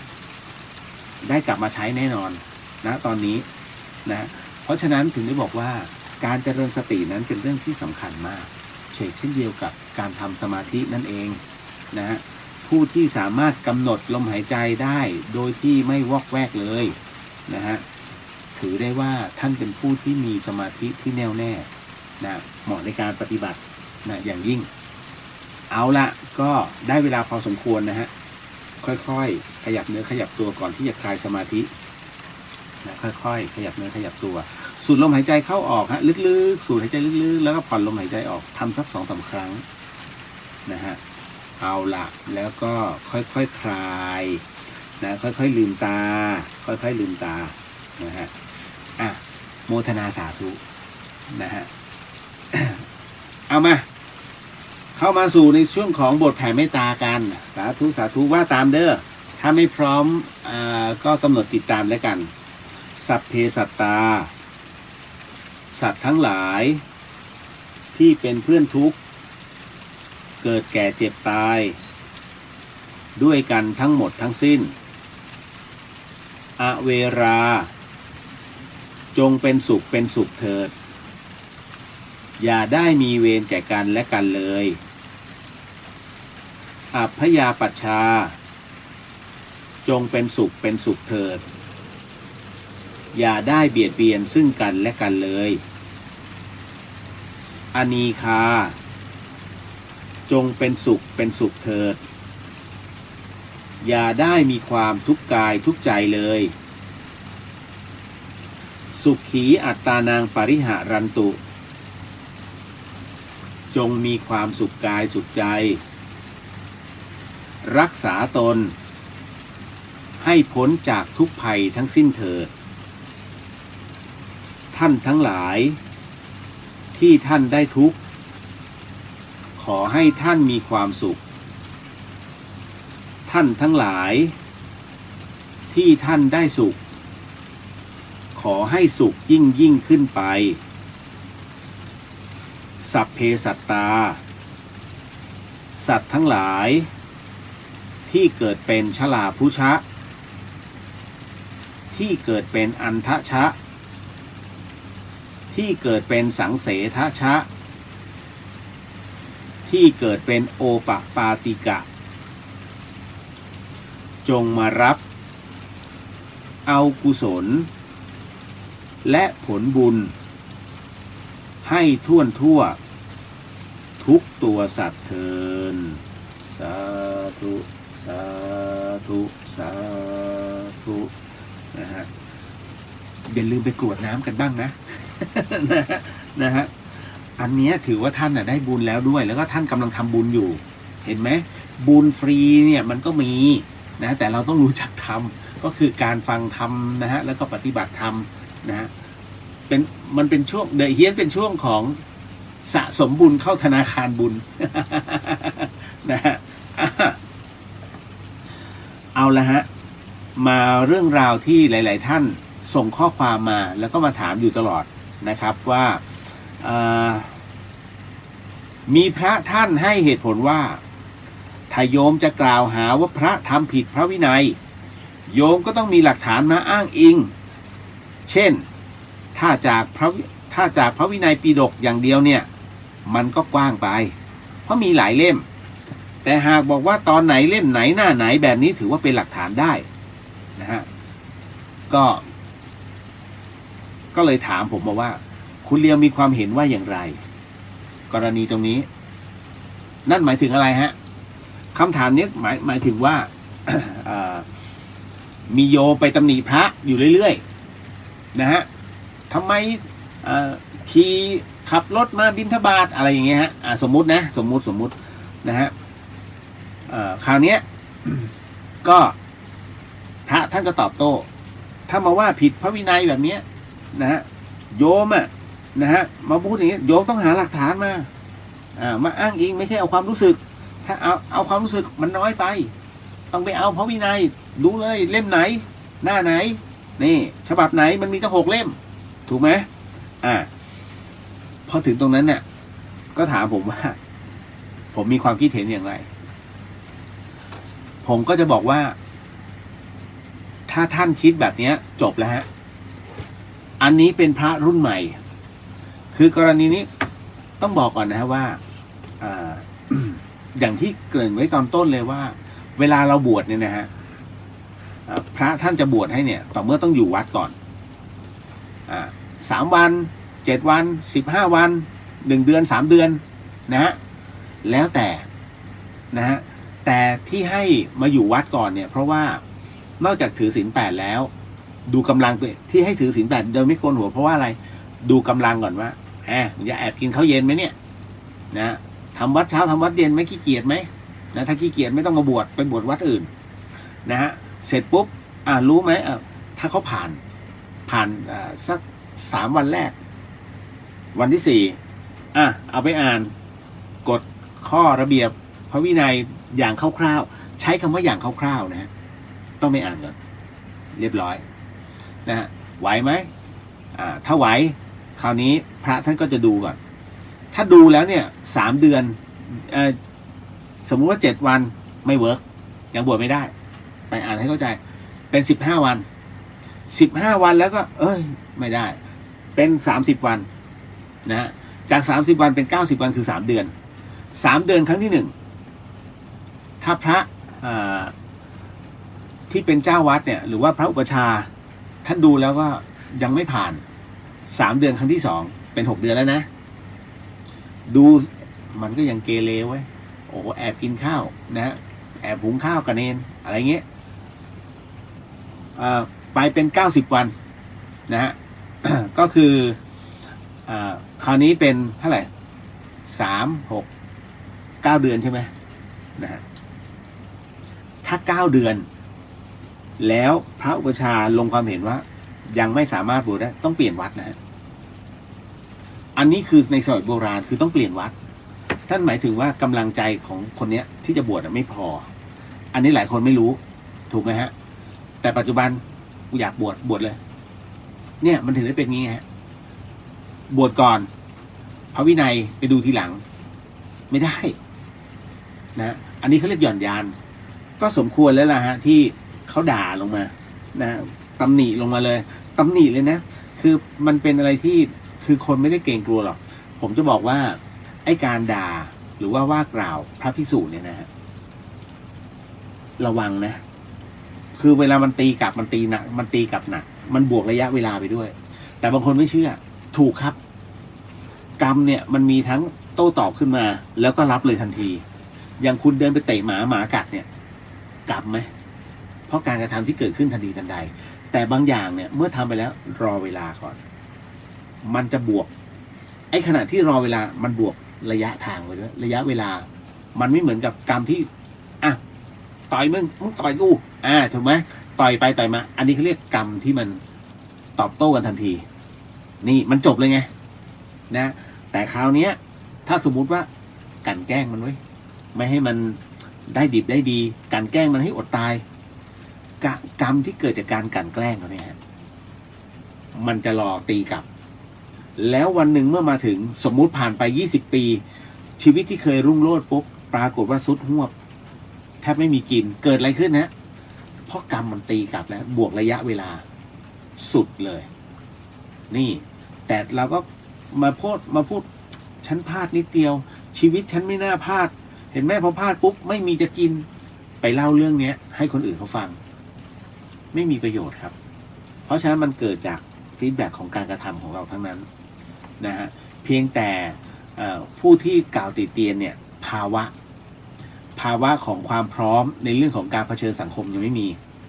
ถ้าไม่ชอบก็นิ่งๆไม่ต้องแสดงความคิดเห็นเพราะทุกความคิดเห็นเนี่ยนอกจากเป็นคดีความนะฮะมันยังเป็นวจีกรรมและมโนกรรมพร้อมกายกรรมมาพร้อมเลยที่จะเป็นตัวกระตุ้นให้ท่านอาจจะโดนเหล่านี้เยอะขึ้นมันเป็นตัวฟ้องนิสัยเราด้วยนะฮะเพราะฉะนั้นเนี่ยพระรูปนี้ที่โต้ตอบมานะฮะว่าต้องให้ไปหน้านั้นหน้านี้ผมก็ต้องบอกว่านี่คือพระรุ่นใหม่อย่างพระรุ่นเก่าอย่างที่บอกต้องเรียนรู้เองพระวินัยแล้วจิตมันจะฟ้องว่าตรงเนี้ยเราทำผิดแต่ถ้าอะไรที่มันมินเมย์เฮ้ยอันนี้มันไม่น่าจะผิดนะเขาปัดว่าผิดฮะอะไรก็ตามที่พระหรือว่าคนเนี่ยที่จะทำนะขุดดินมันผิดไหมนะไม่น่าผิดหรอกจบเลยฮะผิดทันทีเพราะคำว่าไม่น่าผิดถ้าเกิดความลังเลสงสัยถ้าเป็นพระที่ท่านเคร่งจริงไม่ทำถ้าเกิดความลังเลไม่ทำแต่ถ้าไม่ผิดทำเลยจบฮะแต่ถ้ามีความลังเลเกิดขึ้นท่านถือว่าปัดว่าผิดครับนะแล้วพระท่านบอกว่าต้องเอามาด้วยพระไตรปิฎกเล่มไหนหน้าไหนวรรคไหนจากอะไรเดี๋ยวฮะไม่ใช่ทนายความพระภิกษุไม่ใช่ทนายความฮะเพราะฉะนั้นพระวินัยเนี่ยแค่รู้คร่าวๆจิตมันจะซึมแล้วว่าไอ้ต่อไปเนี่ยมันก็ไม่ควรทำถูกไหมฮะปาราชิก4สมมติคำว่าปาราชิกหมายถึงว่าฆ่าพ่อฆ่าแม่ฆ่าพระอรหันต์ทำทำสังฆเพศคือทำสงฆ์แตกแยกถูกไหมนั่นนะฮะแล้วก็ทำพุทธเจ้าเป็นหอบพระโลหิตไอ้สิ่งเหล่านี้สมมุตินะสมมุติฆ่าพ่อฆ่าแม่ถือว่าผิดมันเป็นอนันตริยกรรมแล้วเราฆ่าพ่อบุญธรรมตายเราจะผิดไหมมันจะเป็นอนันตริยกรรมไหมนะอะไรอย่างนี้เป็นต้นนะฮะเกิดความลังเลสงสัยยังไงก็นะลงหมดฮะนี่ฮะเพราะฉะนั้นเนี่ยต้องดูให้ดีนะครับบอกแล้วพระไม่ใช่ทนายความต้องบอกเล่มนั้นวรรคนั้นไม่จำเป็นนะฮะต่อมาเวลาญาติเราตายแล้วเขาเอาศพไว้ที่บ้านแบบนี้ผีจะอยู่ที่บ้านนั้นไหมแล้วกรณีบ้านร้างที่ไม่มีผู้สืบทอดทายาทแบบนี้บ้านจะตกไปเป็นของใครแล้วจะมีผีสิงไหมสรุปว่ากลัวผีสิงเขากลัวผีสิงบ้านไม่ว่ากันนะฮะตรงนี้เขาบอกว่าเดี๋ยวก่อนนะเวลาญาติเราตายแล้วเขาเอาศพตั้งไว้ที่บ้านแบบนี้ผีจะอยู่ที่บ้านไหมอยู่ฮะในความหมายคำว่าผีของหลวงปู่มั่นก็คือร่างที่ไร้วิญญาณเขาเรียกว่าผีแต่ที่ล่องลอยไปตัวนั่นคือจิตฮะเพราะฉะนั้นผีอยู่ที่ก็นี่ไงท่านก็บอกอยู่แล้วว่าตายแล้วเอาศพไว้ที่บ้านก็ผีอยู่ที่บ้านนะถูกแล้วนะฮะกรณีเป็นบ้านร้างที่ไม่มีผู้สืบทอดแบบนี้บ้านจะตกเป็นของใครถ้าตามกฎหมายท่านสังเกตไหมมันจะมีบ้านร้างเยอะแยะเลย มีที่ดินล้างเยอะแยะเลยเอาง่ายๆทั้งเชียงใหม่ทั้งกรุงเทพทั้งกำแพงเพชรมันมีหมดเลยนะท่านลองดูดีๆท่านสงสัยไหมเอ้ยแล้วไม่มีคนอยู่เหรออ๋อมันต้องติดมันต้องติดจำนองแน่ๆเลยหรือบางที่ไปติดคุกแล้วไปตายในคุกเนี้ยมีนะมีแถวชัยปราการคำถามคือแล้วบ้านเนี้ยมันจะไปตกที่ใครถ้าตามหลักกฎหมายเขาจะต้องสืบทายาทก่อนสืบทายาทสืบเทือกเถาเหล่ากอของเราก่อนนั่นหมายถึงว่า6 รุ่นจำได้ไหมฮะการประหาร7 ชั่วโคตรในสมัยก่อนนั้นหมายถึงว่านักโทษนี่คือคนแรกแล้วขึ้นไปอีก2 รุ่นขึ้นไปอีก3 รุ่นแล้วก็ถอยลงอีก3 รุ่นนั่นคือประหารนั่นหมายถึงว่าตายทั้งโคตรสมัยโบราณจำได้ไหมฮะคำว่าเอาไปประหาร7 ชั่วโคตรโดนหมดเลยนะฮะนับไปสิตั้งแต่ปู่เลยทวดเลยสิทวดปู่พ่อเราถูกไหมนี่คือขึ้นแล้ว3ลงไปลูกหลานเหลนโดนหมดนะฮะมันจะมีโหลนนี่ไงมันจะมีลูกหลานเหลนโหลนนี่คือรุ่นที่เป็นเจเนอเรชันที่8ถือว่าฟุกไปถ้าใครมีนะฮะเพราะฉะนั้นไอ้กรณีตรงนี้ฮะเขาจะสืบก่อนว่ามีทายาทไหมอันนี้ถือว่าแลกเปลี่ยนเป็นความรู้เนาะนะฮะถ้าสมมุติบ้านหลังนี้มันเป็นบ้านร้างแล้วปรากฏว่าสืบแล้วเขาคือคนสุดท้ายที่ไม่มีญาติพี่น้องเลยนะฮะทรัพย์เนี้ยมันจะตกเป็นของแผ่นดินโดยอัตโนมัตินั้นสืบแล้วนะแล้วกรณีของคนที่เข้าไปนะฮะแล้วก็ไปบุกยึดทำอย่างนู้นอย่างนี้นะฮะถามว่าแล้วจะเป็นเจ้าของกรรมสิทธิ์ขอเป็นการสวมสิทธิ์ได้เลยใช่ไหมไม่ได้ครับไม่ได้นะถ้าที่ดินนะไปออกเอกสารสิทธิ์ทับของคนเก่าสมมุตินะไปทับคนเก่าขึ้นมาที่ดินมีความผิดมันกลายเป็นของแผ่นดินแล้วตัวนี้นะฮะแต่ยกเว้นที่ไม่มีโฉนดอันนั้นก็คือครอบครองปรปักษ์ไปแต่กรณีที่ดินที่มีโฉนดแล้วปรากฏว่ารุ่นสุดท้ายมันตายทันทีท่านเข้าไปอยู่ได้ไหม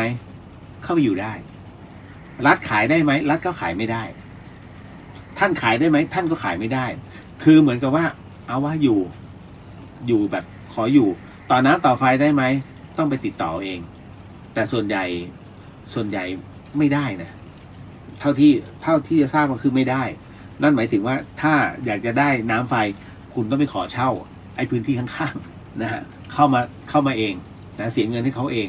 ประมาณนี้ฮะนะครับมีนะเยอะเลยไอ้เรื่องประเภทไอ้ที่ดินแบบเนี้ยนะครับที่ดินร้าง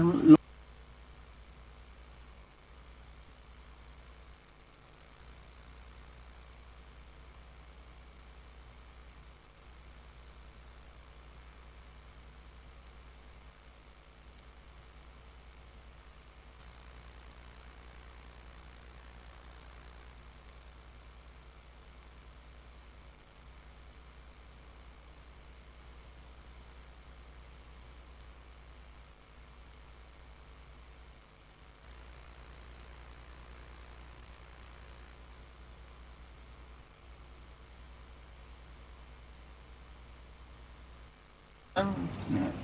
จริงๆก็อาจจะตายหมดแล้วเขาเรียกว่าตระกูลนั้นตายหมดแล้วนะฮะสัญญาณเสถียรบ้างไม่เสถียรบ้างไม่ว่ากันนะฮะคุณขวัญตาสวัสดีค่ะคุณเรียวขอโมทนาสาธุในธรรมค่ะสาธุครับนะฮะคุณเฉลิมพลสวัสดีครับพี่เลียวอยู่อเมริกาถ้าร่วมโหสิกรรมจะได้ผลไหมครับได้ฮะไปเหมือนกันหมดเลยนะฮะคุณจินชาสาธุกับคุณเลียวแล้วก็ทุกท่านที่ปฏิบัติภาวนาร่วมกันนะคะโมทนาสาธุครับวันนี้เข้าด้วย อ๋อทักทายคุณเหลง คือ กัลยาณมิตรอีกคนหนึ่งที่คอยเตือนผมนะฮะเวลามันมีอะไรสะดุดนิดนึงเนี่ยคุณเหลงก็จะให้คำแนะนำนะฮะคือเหมือนกับเป็นครอบครัวกันเลยนะผมว่าโมทนาสาธุบางทีเราก็ลืม นะฮะแล้วก็บางทีเราติดขัดคุณเหรียญก็จะส่งข้อความมานะฮะก็โอเค ค่อยมีกำลังปกติผมถ้าสมมุติว่าเวลาจัดรายการอย่างเงี้ยฮะแล้วเมื่อก่อนเนี่ยจะจัดแบบผีล้วนๆเหมือนป๋องเลยจัดผีล้วนๆเลยมันจึงชื่อภูโพลงมาหลอนไงและหลวงพี่ภาสกรเนี่ยท่านจะทำงานดึกอยู่ที่ธรรมสถานแล้วผมจัดรายการในเที่ยงคืนถึงตี 3จัดไปสักประมาณตี 1กำลังแบบเรื่องหลอนกำลังหลอนเลยหลวงพี่มาแล้วเข้ามาตรงสถานีนะฮะแล้วค่อยๆท่านคือถ้าท่านรู้จักนิสัยพระอาจารย์ภาสกรนะจะบอกว่าตูพี่เนี่ยท่านหาและท่านชอบแกล้งสมมุติว่าตรงนี้สมมติอันนี้มันเป็นเสาท่านก็จะหลบนิดนึงหลบตรงเสาเนี่ยฮะแบบเล่นจ้าเอ๋ค่อยๆโผล่มาแล้วผมจะปิดไฟมืดเลยแล้วจะเหลือแค่ตรงผมมานิดนึงไฟหยอดแล้วหลวงพี่ชอบมาเงี้ยแล้วผมก็ตกใจครับเฮ้ย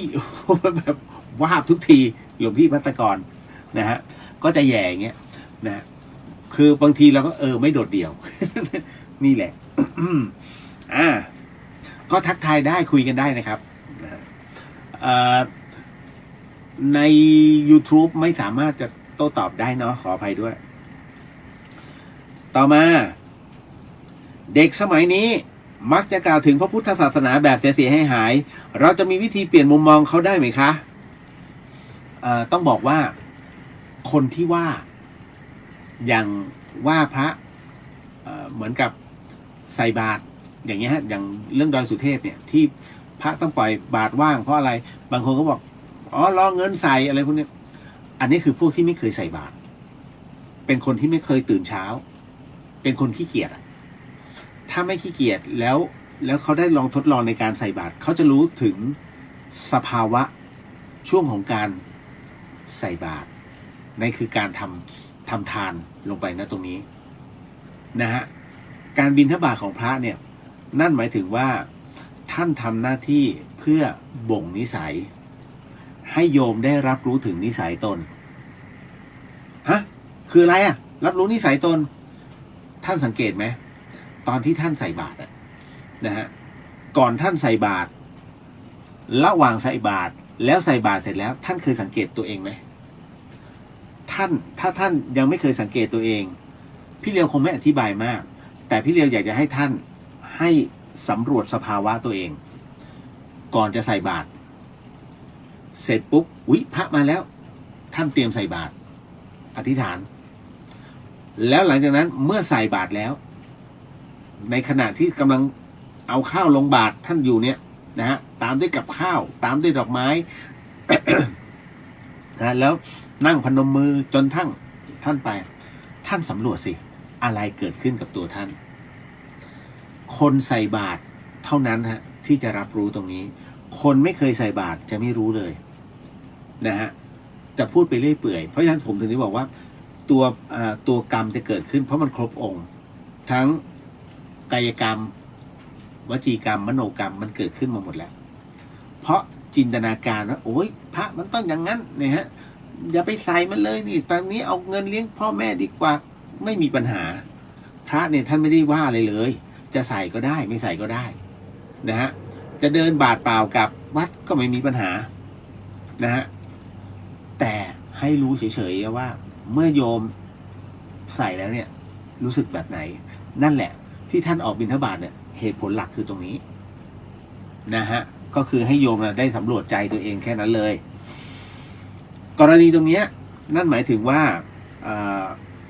ที่บอกว่ามุมมองของเด็กๆที่มองพุทธศาสนาแบบนี้แน่นอนฮะเพราะเขายังไม่ได้ลองปฏิบัติเลยและเขาก็ไม่คิดจะปฏิบัติด้วยนะฮะกลับไปนึกคิดเอาเองแบบเนี้ยว่าศาสนาไม่เห็นมีอะไรดีเลยนี่คือคิดเอาเองทั้งที่ศาสนาเนี่ยสอนให้ทุกคนเป็นคนดีนะฮะกรณีเรื่องศีลเหมือนกันวันนี้นะฮะผมจะบอกว่าศีลเนี่ยไม่ว่าจะเป็นศีล 5หรือว่าศีลอะไรก็ตามศีลไม่ใช่ข้อห้ามนะฮะศีลไม่ใช่ข้อห้ามท่านแค่บอกว่าศีล 5เนี่ยถ้าเราสามารถปฏิบัติได้ชีวิตจะเป็นสุข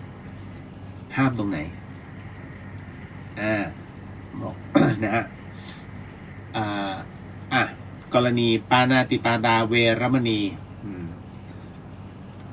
การฆ่าสัตว์หรือเบียดเบียนสัตว์นะฮะเป็นเรื่องที่ไม่ควรนะฮะเป็นเรื่องที่เป็นบาปแต่ถามว่าฆ่าไหม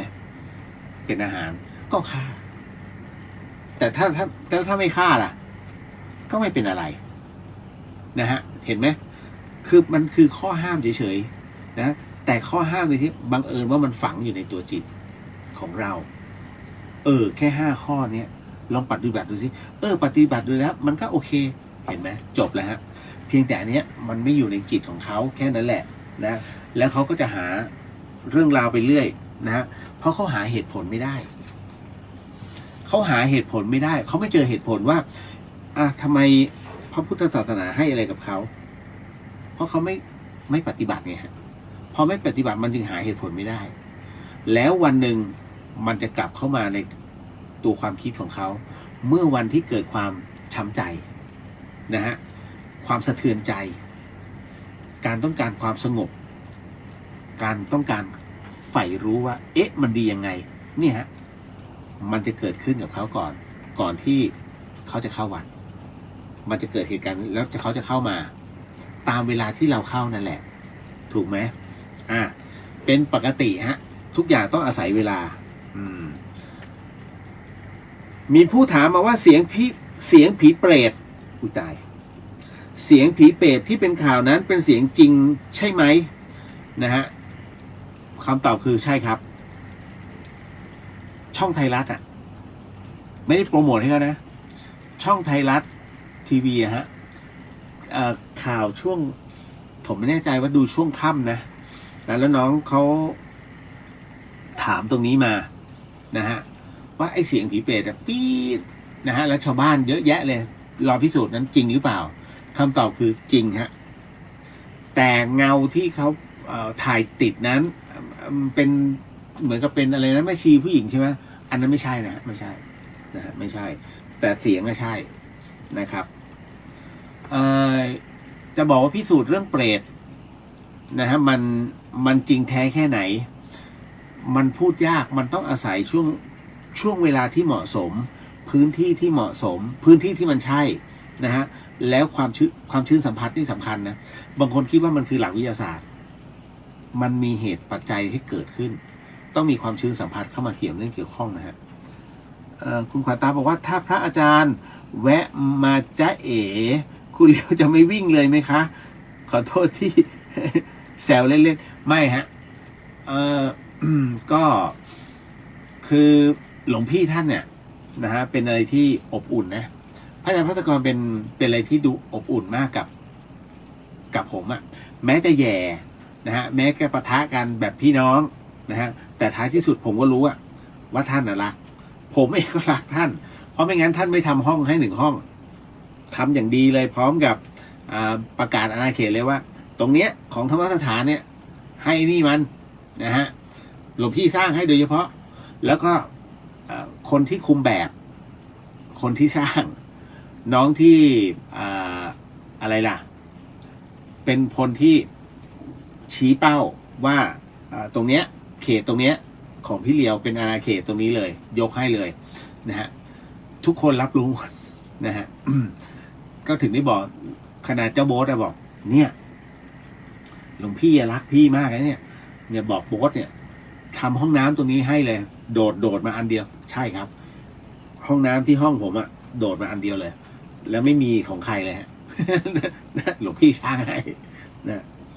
ก็ตอนนี้กลับกันผมก็เลยกลับมาสร้างให้ท่านแล้วนะค่อยๆสร้างทีละนิดนะครับก็คือสร้างวัดแล้วก็ต้องบูรณะตรงกุฏิเก่าของท่านด้วยนะฮะเดี๋ยวยังมีครับที่จะร่วมบุญใช่ไหมมันจะมีบุญอันนี้เป็นบุญแทงน้ำนะครับเพราะว่าจะตัดสินใจว่าต้องยกแทงน้ำขึ้นอีกนิดนึงนะต้องซื้อแทงน้ำใหญ่นะเพื่อที่โยมมาเนี่ยจะได้มีใช้ได้เพราะตอนนี้มันไม่มีใช้นะเดี๋ยวรอห้องน้ำเสร็จก่อนแล้วก็บุญแสงสว่างเหตุเพราะว่าล่าสุดนี้มีนักท่องเที่ยวตกเขาแล้วก็เลยมองว่า เพราะฉะนั้นอาจจะต้องวางไฟซึ่งเป็นไฟแบบโซลาร์เซลล์นะฮะเพิ่มขึ้นเพราะไม่งั้นโยมตกเขาแน่ๆหลายคนก็ถามอีกนะครับว่าสงสัยว่าเอ๊ะทำไมวัดไฟหินจะต้องทำไฟทางให้ล่ะแล้วทำไมหน่วยงานราชการไม่ทำผมจะบอกนิดนึงนะครับว่าทางวัดเนี่ยก็อยากให้หน่วยงานราชการเข้ามาทำอยากมากๆแต่ด้วยเนื่องจากว่าน่าจะเป็นทั้งประเทศนะฮะน่าจะเป็นทั้งประเทศก็คือวัดไฟหินมันอยู่ครึ่งหนึ่งเป็นของอุทยานอีกครึ่งหนึ่งเป็นส่วนของเทศบาลซึ่งไม่มีการตกลงกันถ้าตรงเนี้ยถ้าเทศบาลจะทำถนนก็เป็นที่อุทยานต้องขออนุญาต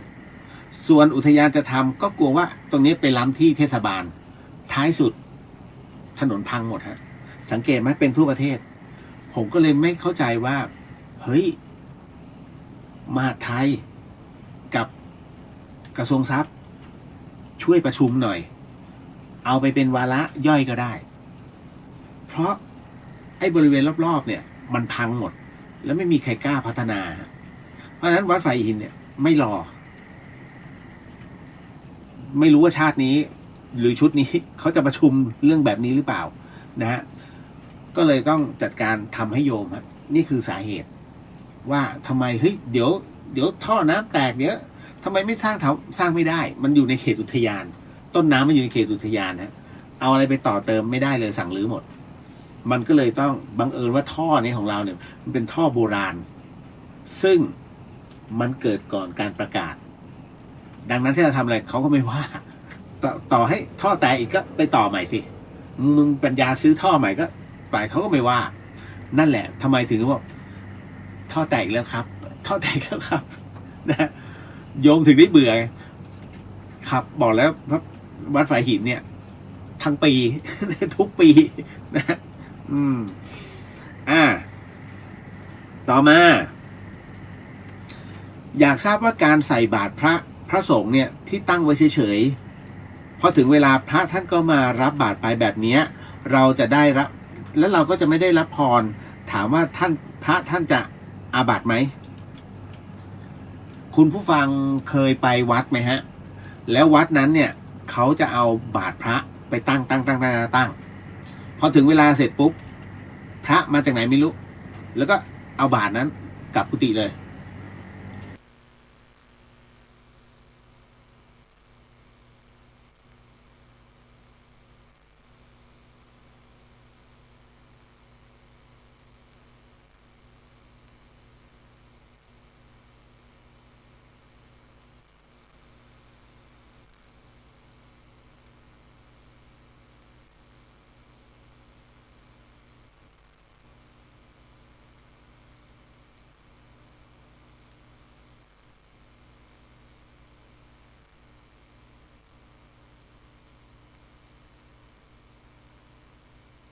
เราจะเจอในวัดส่วนใหญ่เป็นวัดป่าวัดพระธรรมยุทธ์ถูกไหมฮะกับวัดจังหวะผมยังจะไม่พูดต่อทางบ้านพอดีอย่างนี้นะฮะอันเนื่องมาจากว่าในส่วนของภาคโซเชียลสัญญาณมันไม่ดีมันก็จะไม่เหมือนภาควิทยุ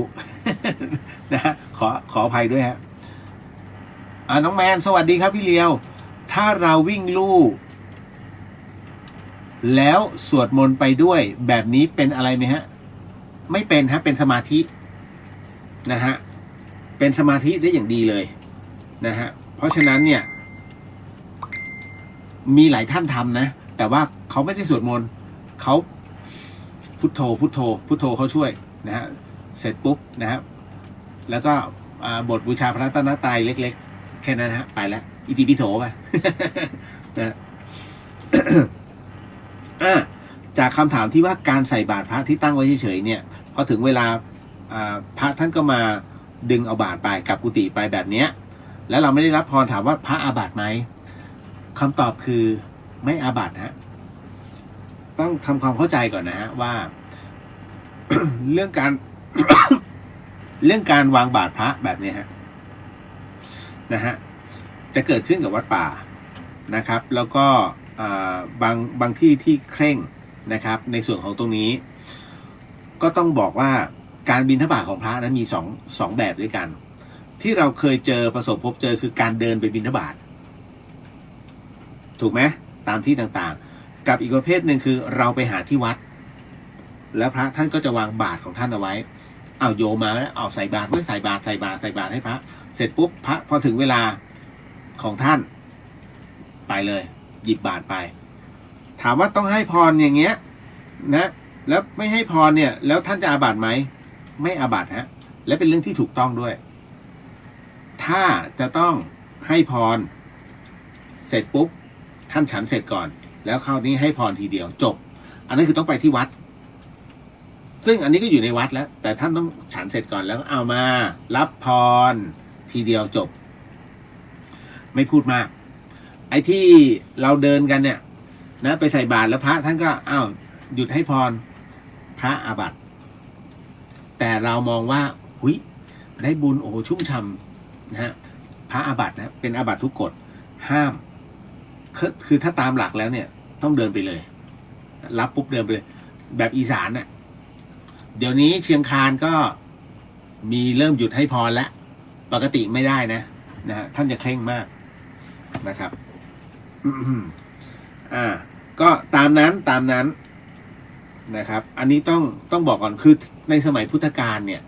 นะฮะท่านก็มีทั้งเดินบาทแล้วก็ไม่เดินบาทนะฮะเอาละมีผู้มาบริจาคโลงศพให้วัดแล้ววัดเอาโลงศพนั้นไปขายต่อให้คนที่เขามาขอไปใส่ศพแบบนี้ทำได้ไหมคะเดี๋ยวผมแจ้งนิดนึงนะฮะภายในอนาคตอันใกล้นะครับพอดีว่ามีคณะศรัทธากลุ่มหนึ่งนะครับท่านแจ้งความจำนงว่าอยากให้วัดฝายหินนั้นได้ผลิตโลงศพนะเพื่อให้กับผู้ยากไร้เพราะมองเห็นว่าความยากไร้เนี่ยที่มันเกิดขึ้นกับตอนที่มีคนเสียชีวิตลงนะฮะแล้วเหล่าญาติทั้งหลายเนี่ยต่างไปหาซื้อโลงซึ่งมันแพงมากนะฮะโลงหนึ่ง4-5,000อย่างเงี้ยแต่ถ้าสมมุติว่าคนไม่มีสตังค์นะก็จะได้ประมาณสักโลงละ1,500นะแต่ถ้าขอแบบอนาถาก็มีผู้บริจาคให้นะฮะแต่ต้องขนไปเองคืออะไรอย่างเงี้ยฮะอย่างของท่านพระครูเกษมจริยานุกูลนะฮะที่วัดปางมะกงเนี่ยนะฮะอันนั้นท่านก็ทำครบวงจรแต่เนื่องจากว่าปัจจัยไม่สะพัดคำว่าปัจจัยไม่สะพัดหมายถึงว่าท่านไม่มีแรงหนุนตรงนี้ก็คือท่านใช้ปัจจัยส่วนตัวเนี่ยในการสงเคราะห์ญาติโยมตั้งแต่รับฉีดฟอร์มาลีนนะตั้งแต่ห่อศพนะฮะอาบน้ำศพห่อศพนำศพมาไว้ที่วัดทำจัดการสวดจัดการเผาเลี้ยงอาหารเสมือนหนึ่งท่านเจ้าภาพเพราะฉะนั้นต่องานเนี่ยท่านใช้ปัจจัยเยอะซึ่งถามว่าท่านไหวไหมก็เห็นประกาศว่าคงไม่ไหวไปต่อไม่ได้ครับอันนี้ผมเข้าใจมากเพราะผมเคยอยู่ร่วมกตัญญูมาก่อนผมก็เลยพอจะเข้าใจวิธีการจัดการนะฮะซึ่งโยมกลุ่มนี้ฮะท่านก็อยากให้วัดฝายหินเนี่ยได้ทำโรงศพเพื่อให้กับผู้ยากไร้คราวนี้มันไปตรงวัตถุประสงค์กับท่านพระครูสมุวิศวัตรนะฮะซึ่งเป็นเจ้าอาวาสวัดฝายหินเนี่ยนะฮะ ซึ่งเรื่องนี้เราเคยปรึกษากันคือผมกับพระอาจารย์เนี่ยปรึกษากันว่าเฮ้ยอาจารย์เอาไหมเราทำโรงศพค่อยๆทำแล้วก็เอาไว้ให้โยมที่เขาขาดแคลนเนี่ยเพราะว่าอย่างเคยมีในอดีตเคยมีศพของนักศึกษาที่อยู่ไกลมากนะสมมุติว่าสมมุตินะสมมุติว่าเด็กอยู่อำนาจเจริญอย่างเงี้ยแต่ตายที่เชียงใหม่แล้วคราวนี้เขาก็ไม่มีเพราะบ้านเขาทำนายากไร้มากเห็นไหมกว่าจะหาโรงกว่าจะต้องทำพิธีอะไรพวกนี้นะครับเบ็ดเสร็จแล้วงานนั้นเนี่ยเสียประมาณ 10,000 บาทนะซึ่งวัดฝายหินก็อนุเคราะห์ให้คือมันจะต้องมีคือมันมีพิธีการของมันถามว่าฟรีไหม อาจารย์เนี่ยบอกว่าถ้าในอนาคตอาจจะมีสวดแบบไม่ต้องมาคิดเงินโยมมันไม่จำเป็นฮะสวดนี่ก็คือสวดธรรมดานะแต่ถ้าจะเสียเงินก็คือไปเสียนู่นเลยป่าช้าที่ต้องเผามันแค่นั้นคือมันเป็นการสงเคราะห์เพราะว่าคือเราเห็นความทุกข์ของ ชาวบ้านโดยทั่วไปอะฮะนะฮะว่ามันเกิดอะไรขึ้นบ้างก็ในอนาคตนะฮะอันใกล้เพราะว่าปลายปีเนี่ยป๋องอ่ะจะต้องการโรงทั้งหมด100 โรงนะฮะเพื่อที่จะบริจาคให้กับมูลนิธิต่างๆทั่วเชียงใหม่นะครับแล้วก็ลำปางบางส่วนเดี๋ยวตอนนี้ผมยังไม่ได้ติดต่อให้กระพลเขานะฮะแต่ก็คุยกันไว้เรียบร้อยแล้วว่าเฮ้ยมาแน่ๆแล้วก็มีฉายหนังให้ผีดูนะครับที่เชียงใหม่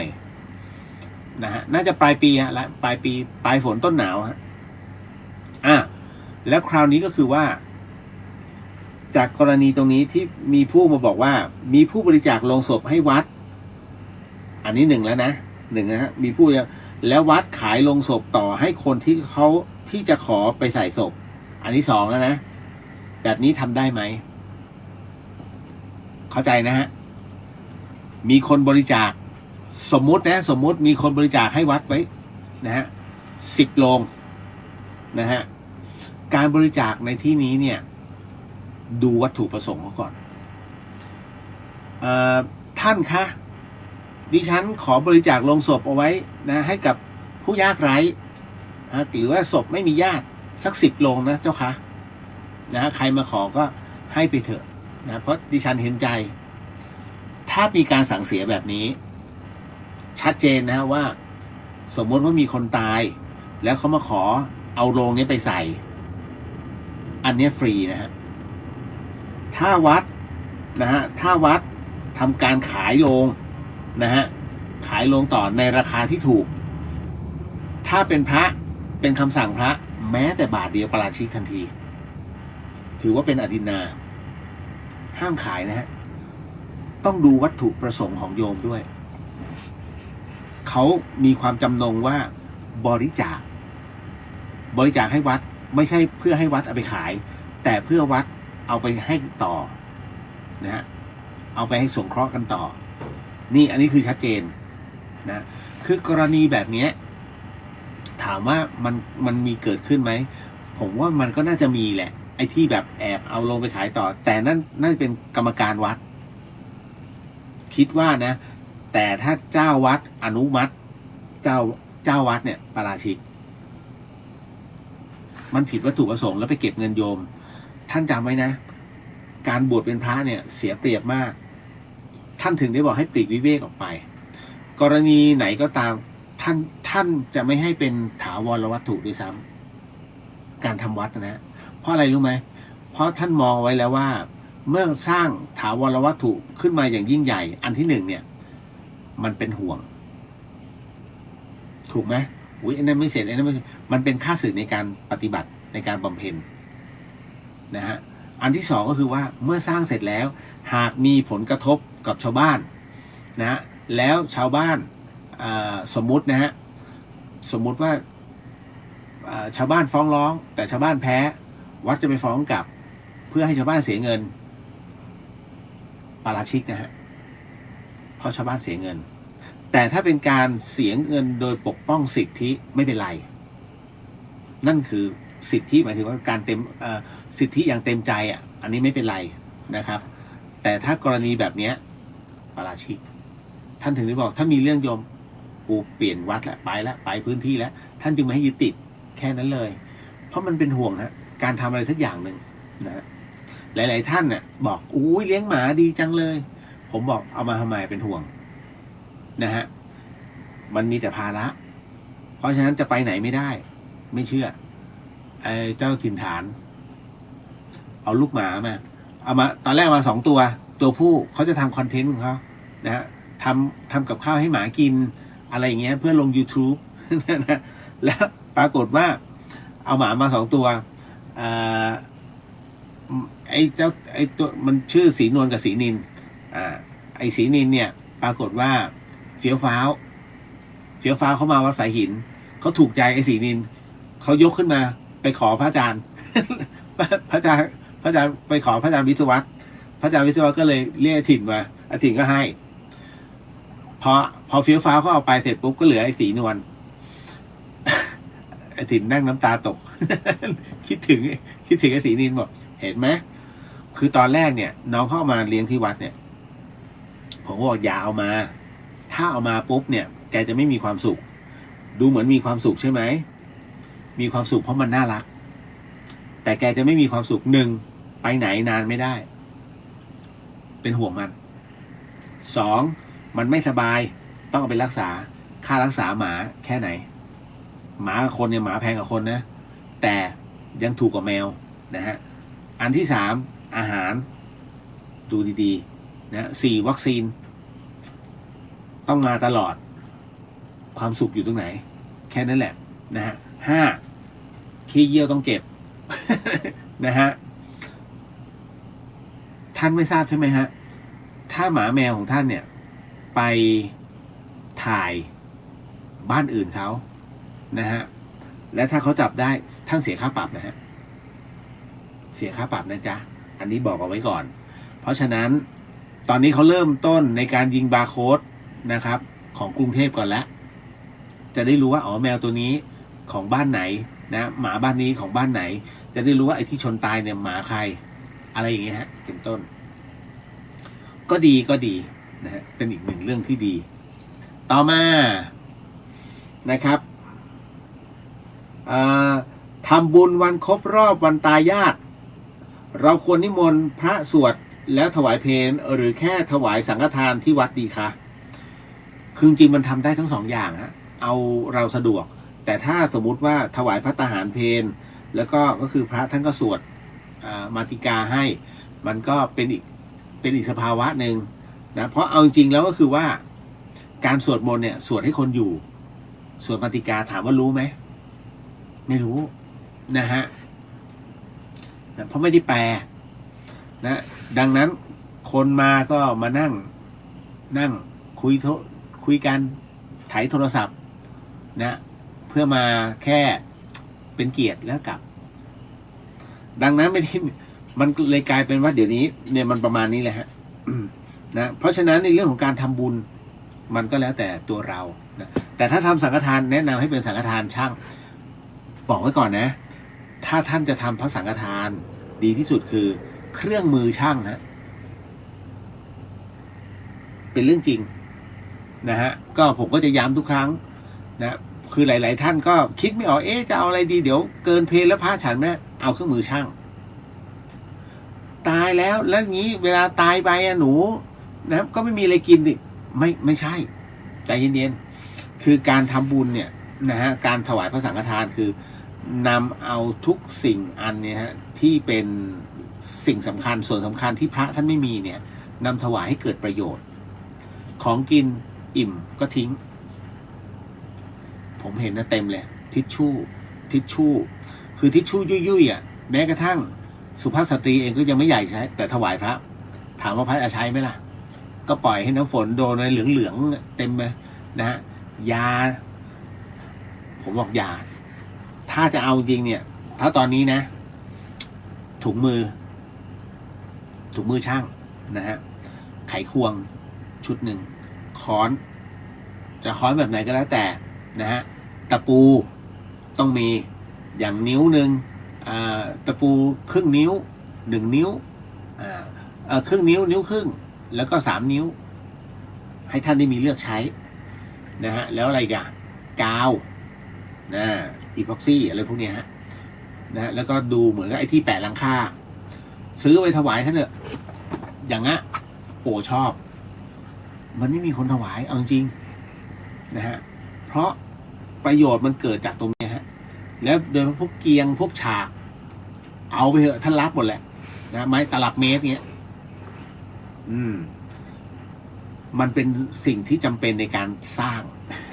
นะฮะแล้วท่านคิดว่าซื้อไปแล้วท่านจะใช้ไหมล่ะใช้ยังไงก็ใช้นะฮะหัวคิวบุญอยู่นะฮะสบายอยู่แล้วอันนี้แนะนำเอาไว้นะถ้าจะต้องถวายสังฆทานให้เป็นเครื่องมือช่างเดี๋ยวก่อนดูวัดด้วยถ้าวัดในกรุงเทพเนี่ย เป็นวัดค่อนข้างจะสำอางอันนี้อีกเรื่องหนึ่งแต่ถ้าวัดเนี่ยทั่วๆไปที่อยู่ต่างจังหวัดเป็นเครื่องมือช่างเชื่อผมนั่นแหละไม่ได้มีส่วนได้ส่วนเสียกับร้านวัสดุก่อสร้างนะแต่เห็นแล้วครับว่าพระท่านชอบ นะบอกไปแล้วไง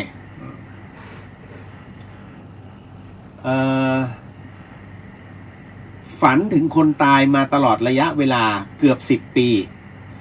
ซึ่งหนูไม่ได้กลัวนะคะแต่กลับชอบที่จะเจอเขาในฝันแบบนี้ถือว่าวิญญาณนั้นยังไม่ไปไหนใช่ไหมตลอดระยะเวลา10 ปีเนี่ยแล้วฝันถึงตรงนั้นแล้วตัวเองกลับชอบใจพอได้สัมผัส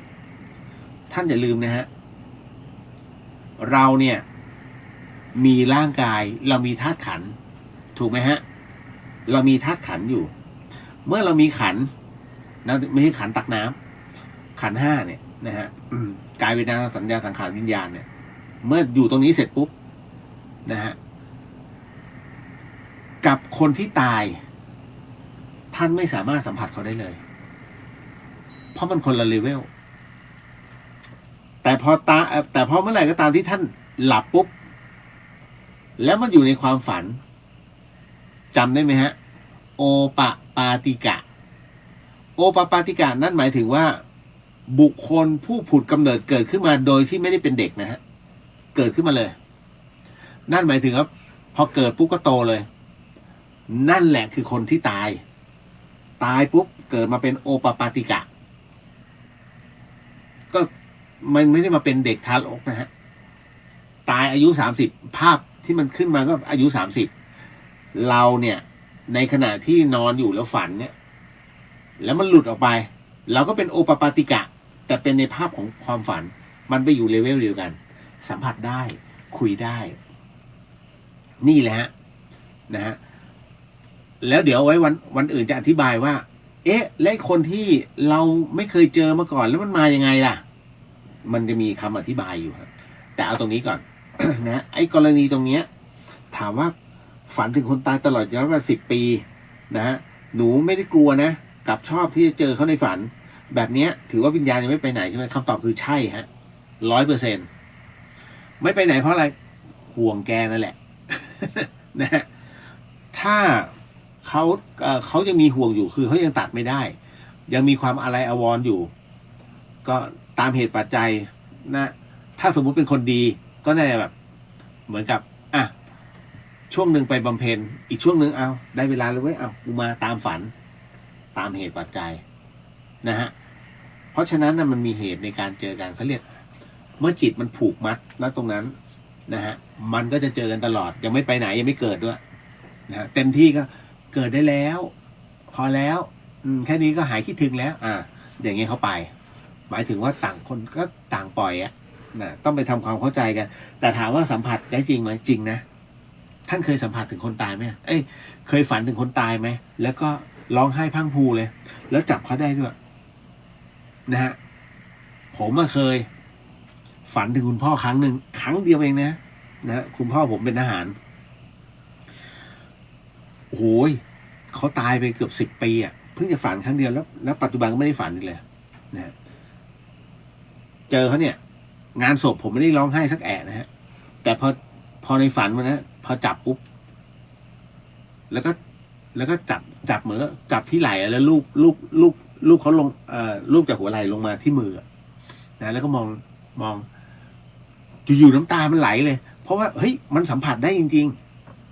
ๆมันอยู่ในเลเวลเดียวกับเขานั่นแหละแค่นั้น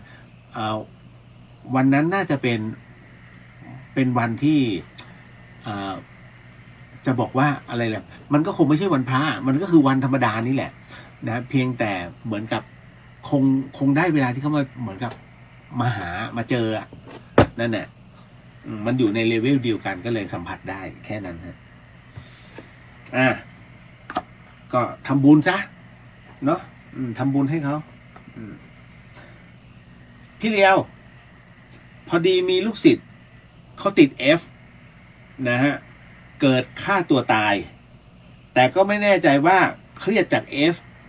หรือ ปัญหาส่วนตัว แต่แม่เขาก็บอกว่าลูกศิษย์หนูคนนี้เขาเป็นโรคซึมเศร้าแล้วก็มีปัญหาเยอะมากๆจึงกลัวว่าการที่ให้เขาไม่ผ่านในวิชาเนี่ยจะมีส่วนทำให้เขาฆ่าตัวตายแล้วเราก็จะติดกรรมกับเขาไหมผมต้องบอกน้องนะฮะว่าน้องทำหน้าที่ของความเป็นอาจารย์ดีที่สุดแล้วฮะ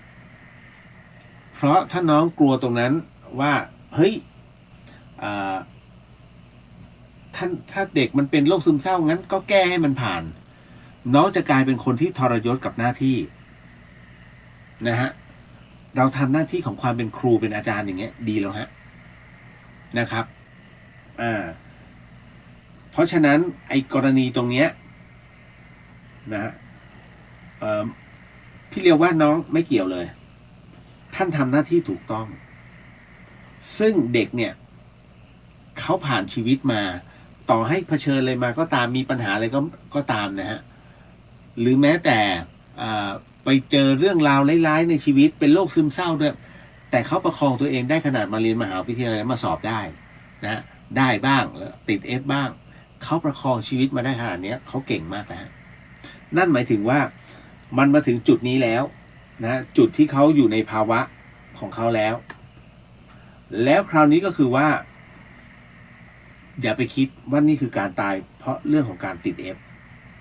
นะฮะอันนี้ถือว่าเขาบกพร่องด้วยตัวของเขาเองอันนี้ต้องบอกก่อนนะครับเพราะฉะนั้นกรณีตรงนี้ครูอาจารย์ทำหน้าที่ของตัวเองอย่างถูกต้องนะครับก็ให้รับรู้แต่ถ้าถามว่าเป็นกรรมไหมมันเป็นกรรมของเขาซึ่งเขาอยู่ในสภาวะที่ไม่สามารถจะรับอะไรได้ต่อไปเป็นสภาวะส่วนตัวฮะอันนี้เป็นกรรมส่วนตัวแต่เราเนี่ยอาจจะคิดว่าเป็นผู้เกี่ยวข้องมันมีความรู้สึกผิดดีอยู่แล้วฮะอันนี้โมทนาด้วยเนาะก็ถ้าเป็นอย่างนั้นก็ทำบุญให้ลูกศิษย์ซะหน่อยแม้จะตอนนี้ยังรับไม่ได้แต่ถ้าเขาชดใช้จบแล้วเขาก็จะรับตรงนั้นได้เองกรณีของบุญนะการฆ่าตัวตายมันรับบุญยากหน่อยเนาะเอาไว้เดี๋ยวเอาไว้จะเล่าเรื่องราวเหล่านี้ให้ฟังอยู่เรื่อยๆมาก็หมดเวลาแล้วนะรับพรนะฮะเดี๋ยวอะไรนะฮะที่นี่มีเคสหนึ่งนะฮะวันงานจะมีญาติโยมร่วมบริจาคทำบุญข้าวของใส่บาตรให้วัดและทุกอย่างอยู่ในขบวนการโปร่งใสทางจิตอาสาของวัดมีแผนกตักบาตรจัดเป็นถาดให้โยมเข้าไปใส่บาตรในงานหลังจากนั้นจิตอาสาแผนกนั้นห่อเป็นถุงแล้วเอามาขายกันเองซึ่งเมื่อก่อนแจกจ่ายกันฟรีแต่ช่วงหลังเขานำมาขายแล้วบอกว่านำเงินเข้าวัดซึ่งทางเจ้าอาวาสไม่ได้รับรู้เรื่องนี้เราก็แปลกใจแบบนี้เรียกว่าโลภไหมคะโลภฮะ ถ้าเจ้าอาวาสไม่รับรู้กรรมการวัดไม่รับรู้นะฮะอันนี้คือเขาเรียกว่าเอาวัดเป็นข้ออ้างนะฮะเราก็แปลกใจแบบนี้เรียกว่าโลภไหมครับแน่นอนเขาเจตนาดีตอนนี้มีผู้ไปแจ้งท่านเจ้าอาวาสแล้วค่ะคงจะโดนตักเตือนไปแล้วโลภ100%อย่าเอาวัดไปแอบอ้างในเรื่องราวเหล่านี้นะอย่างของตัวผมเองถ้าจะต้องทำอะไรเนี่ยผมจะเรียนพระอาจารย์ก่อนว่าอาจารย์จะทำไหมนะฮะแล้วก็บางทีบางเรื่องอาจารย์บอกเนี่ยท่านอยากได้ตรงนี้จุดนี้ท่านก็จะบอกผมก็จะทำให้ก็จะเรียกบุญให้อะไรอย่างเงี้ยฮะคือท่านคือเจ้าวัดท่านต้องรับรู้อย่าทำอะไรพลาการเนาะก็โมทนาสาธุสุดท้ายแล้วก็รับพรเนาะสาธุสิ่งหนึ่งสิ่งใดที่ผิดพลาดพลั้งไปต้องขออโหสิกรรมมาณที่นี้นะฮะไม่ได้ตั้งใจหรือมีเจตนาก็ขอโหสิด้วยแล้วกันสิทธิกิจจังสิทธิกรรมังสิทธิลาโภนิรันตราสิทธิเตโชชโยนิจจังสัพพสิทธิพระวันตุเตก็ขอให้กิจและการงานนั้นที่ท่านก กระทำอยู่จงสำเร็จจงสำเร็จจงสำเร็จขอให้ท่านนั้นได้มีความตั้งใจและก็ทำบุญไปจนถึงแล้วก็ระลึกถึงพระนิพพานในชาติปัจจุบันโดยพลันเร็วพลันนี้เทินสาธุสาธุสาธุแล้วเจอกันเด้อนะฮะพรุ่งนี้เดี๋ยวต้องเตรียมตัวในการเดินทางต่อไปสำหรับวันนี้สวัสดีครับบ๊ายบาย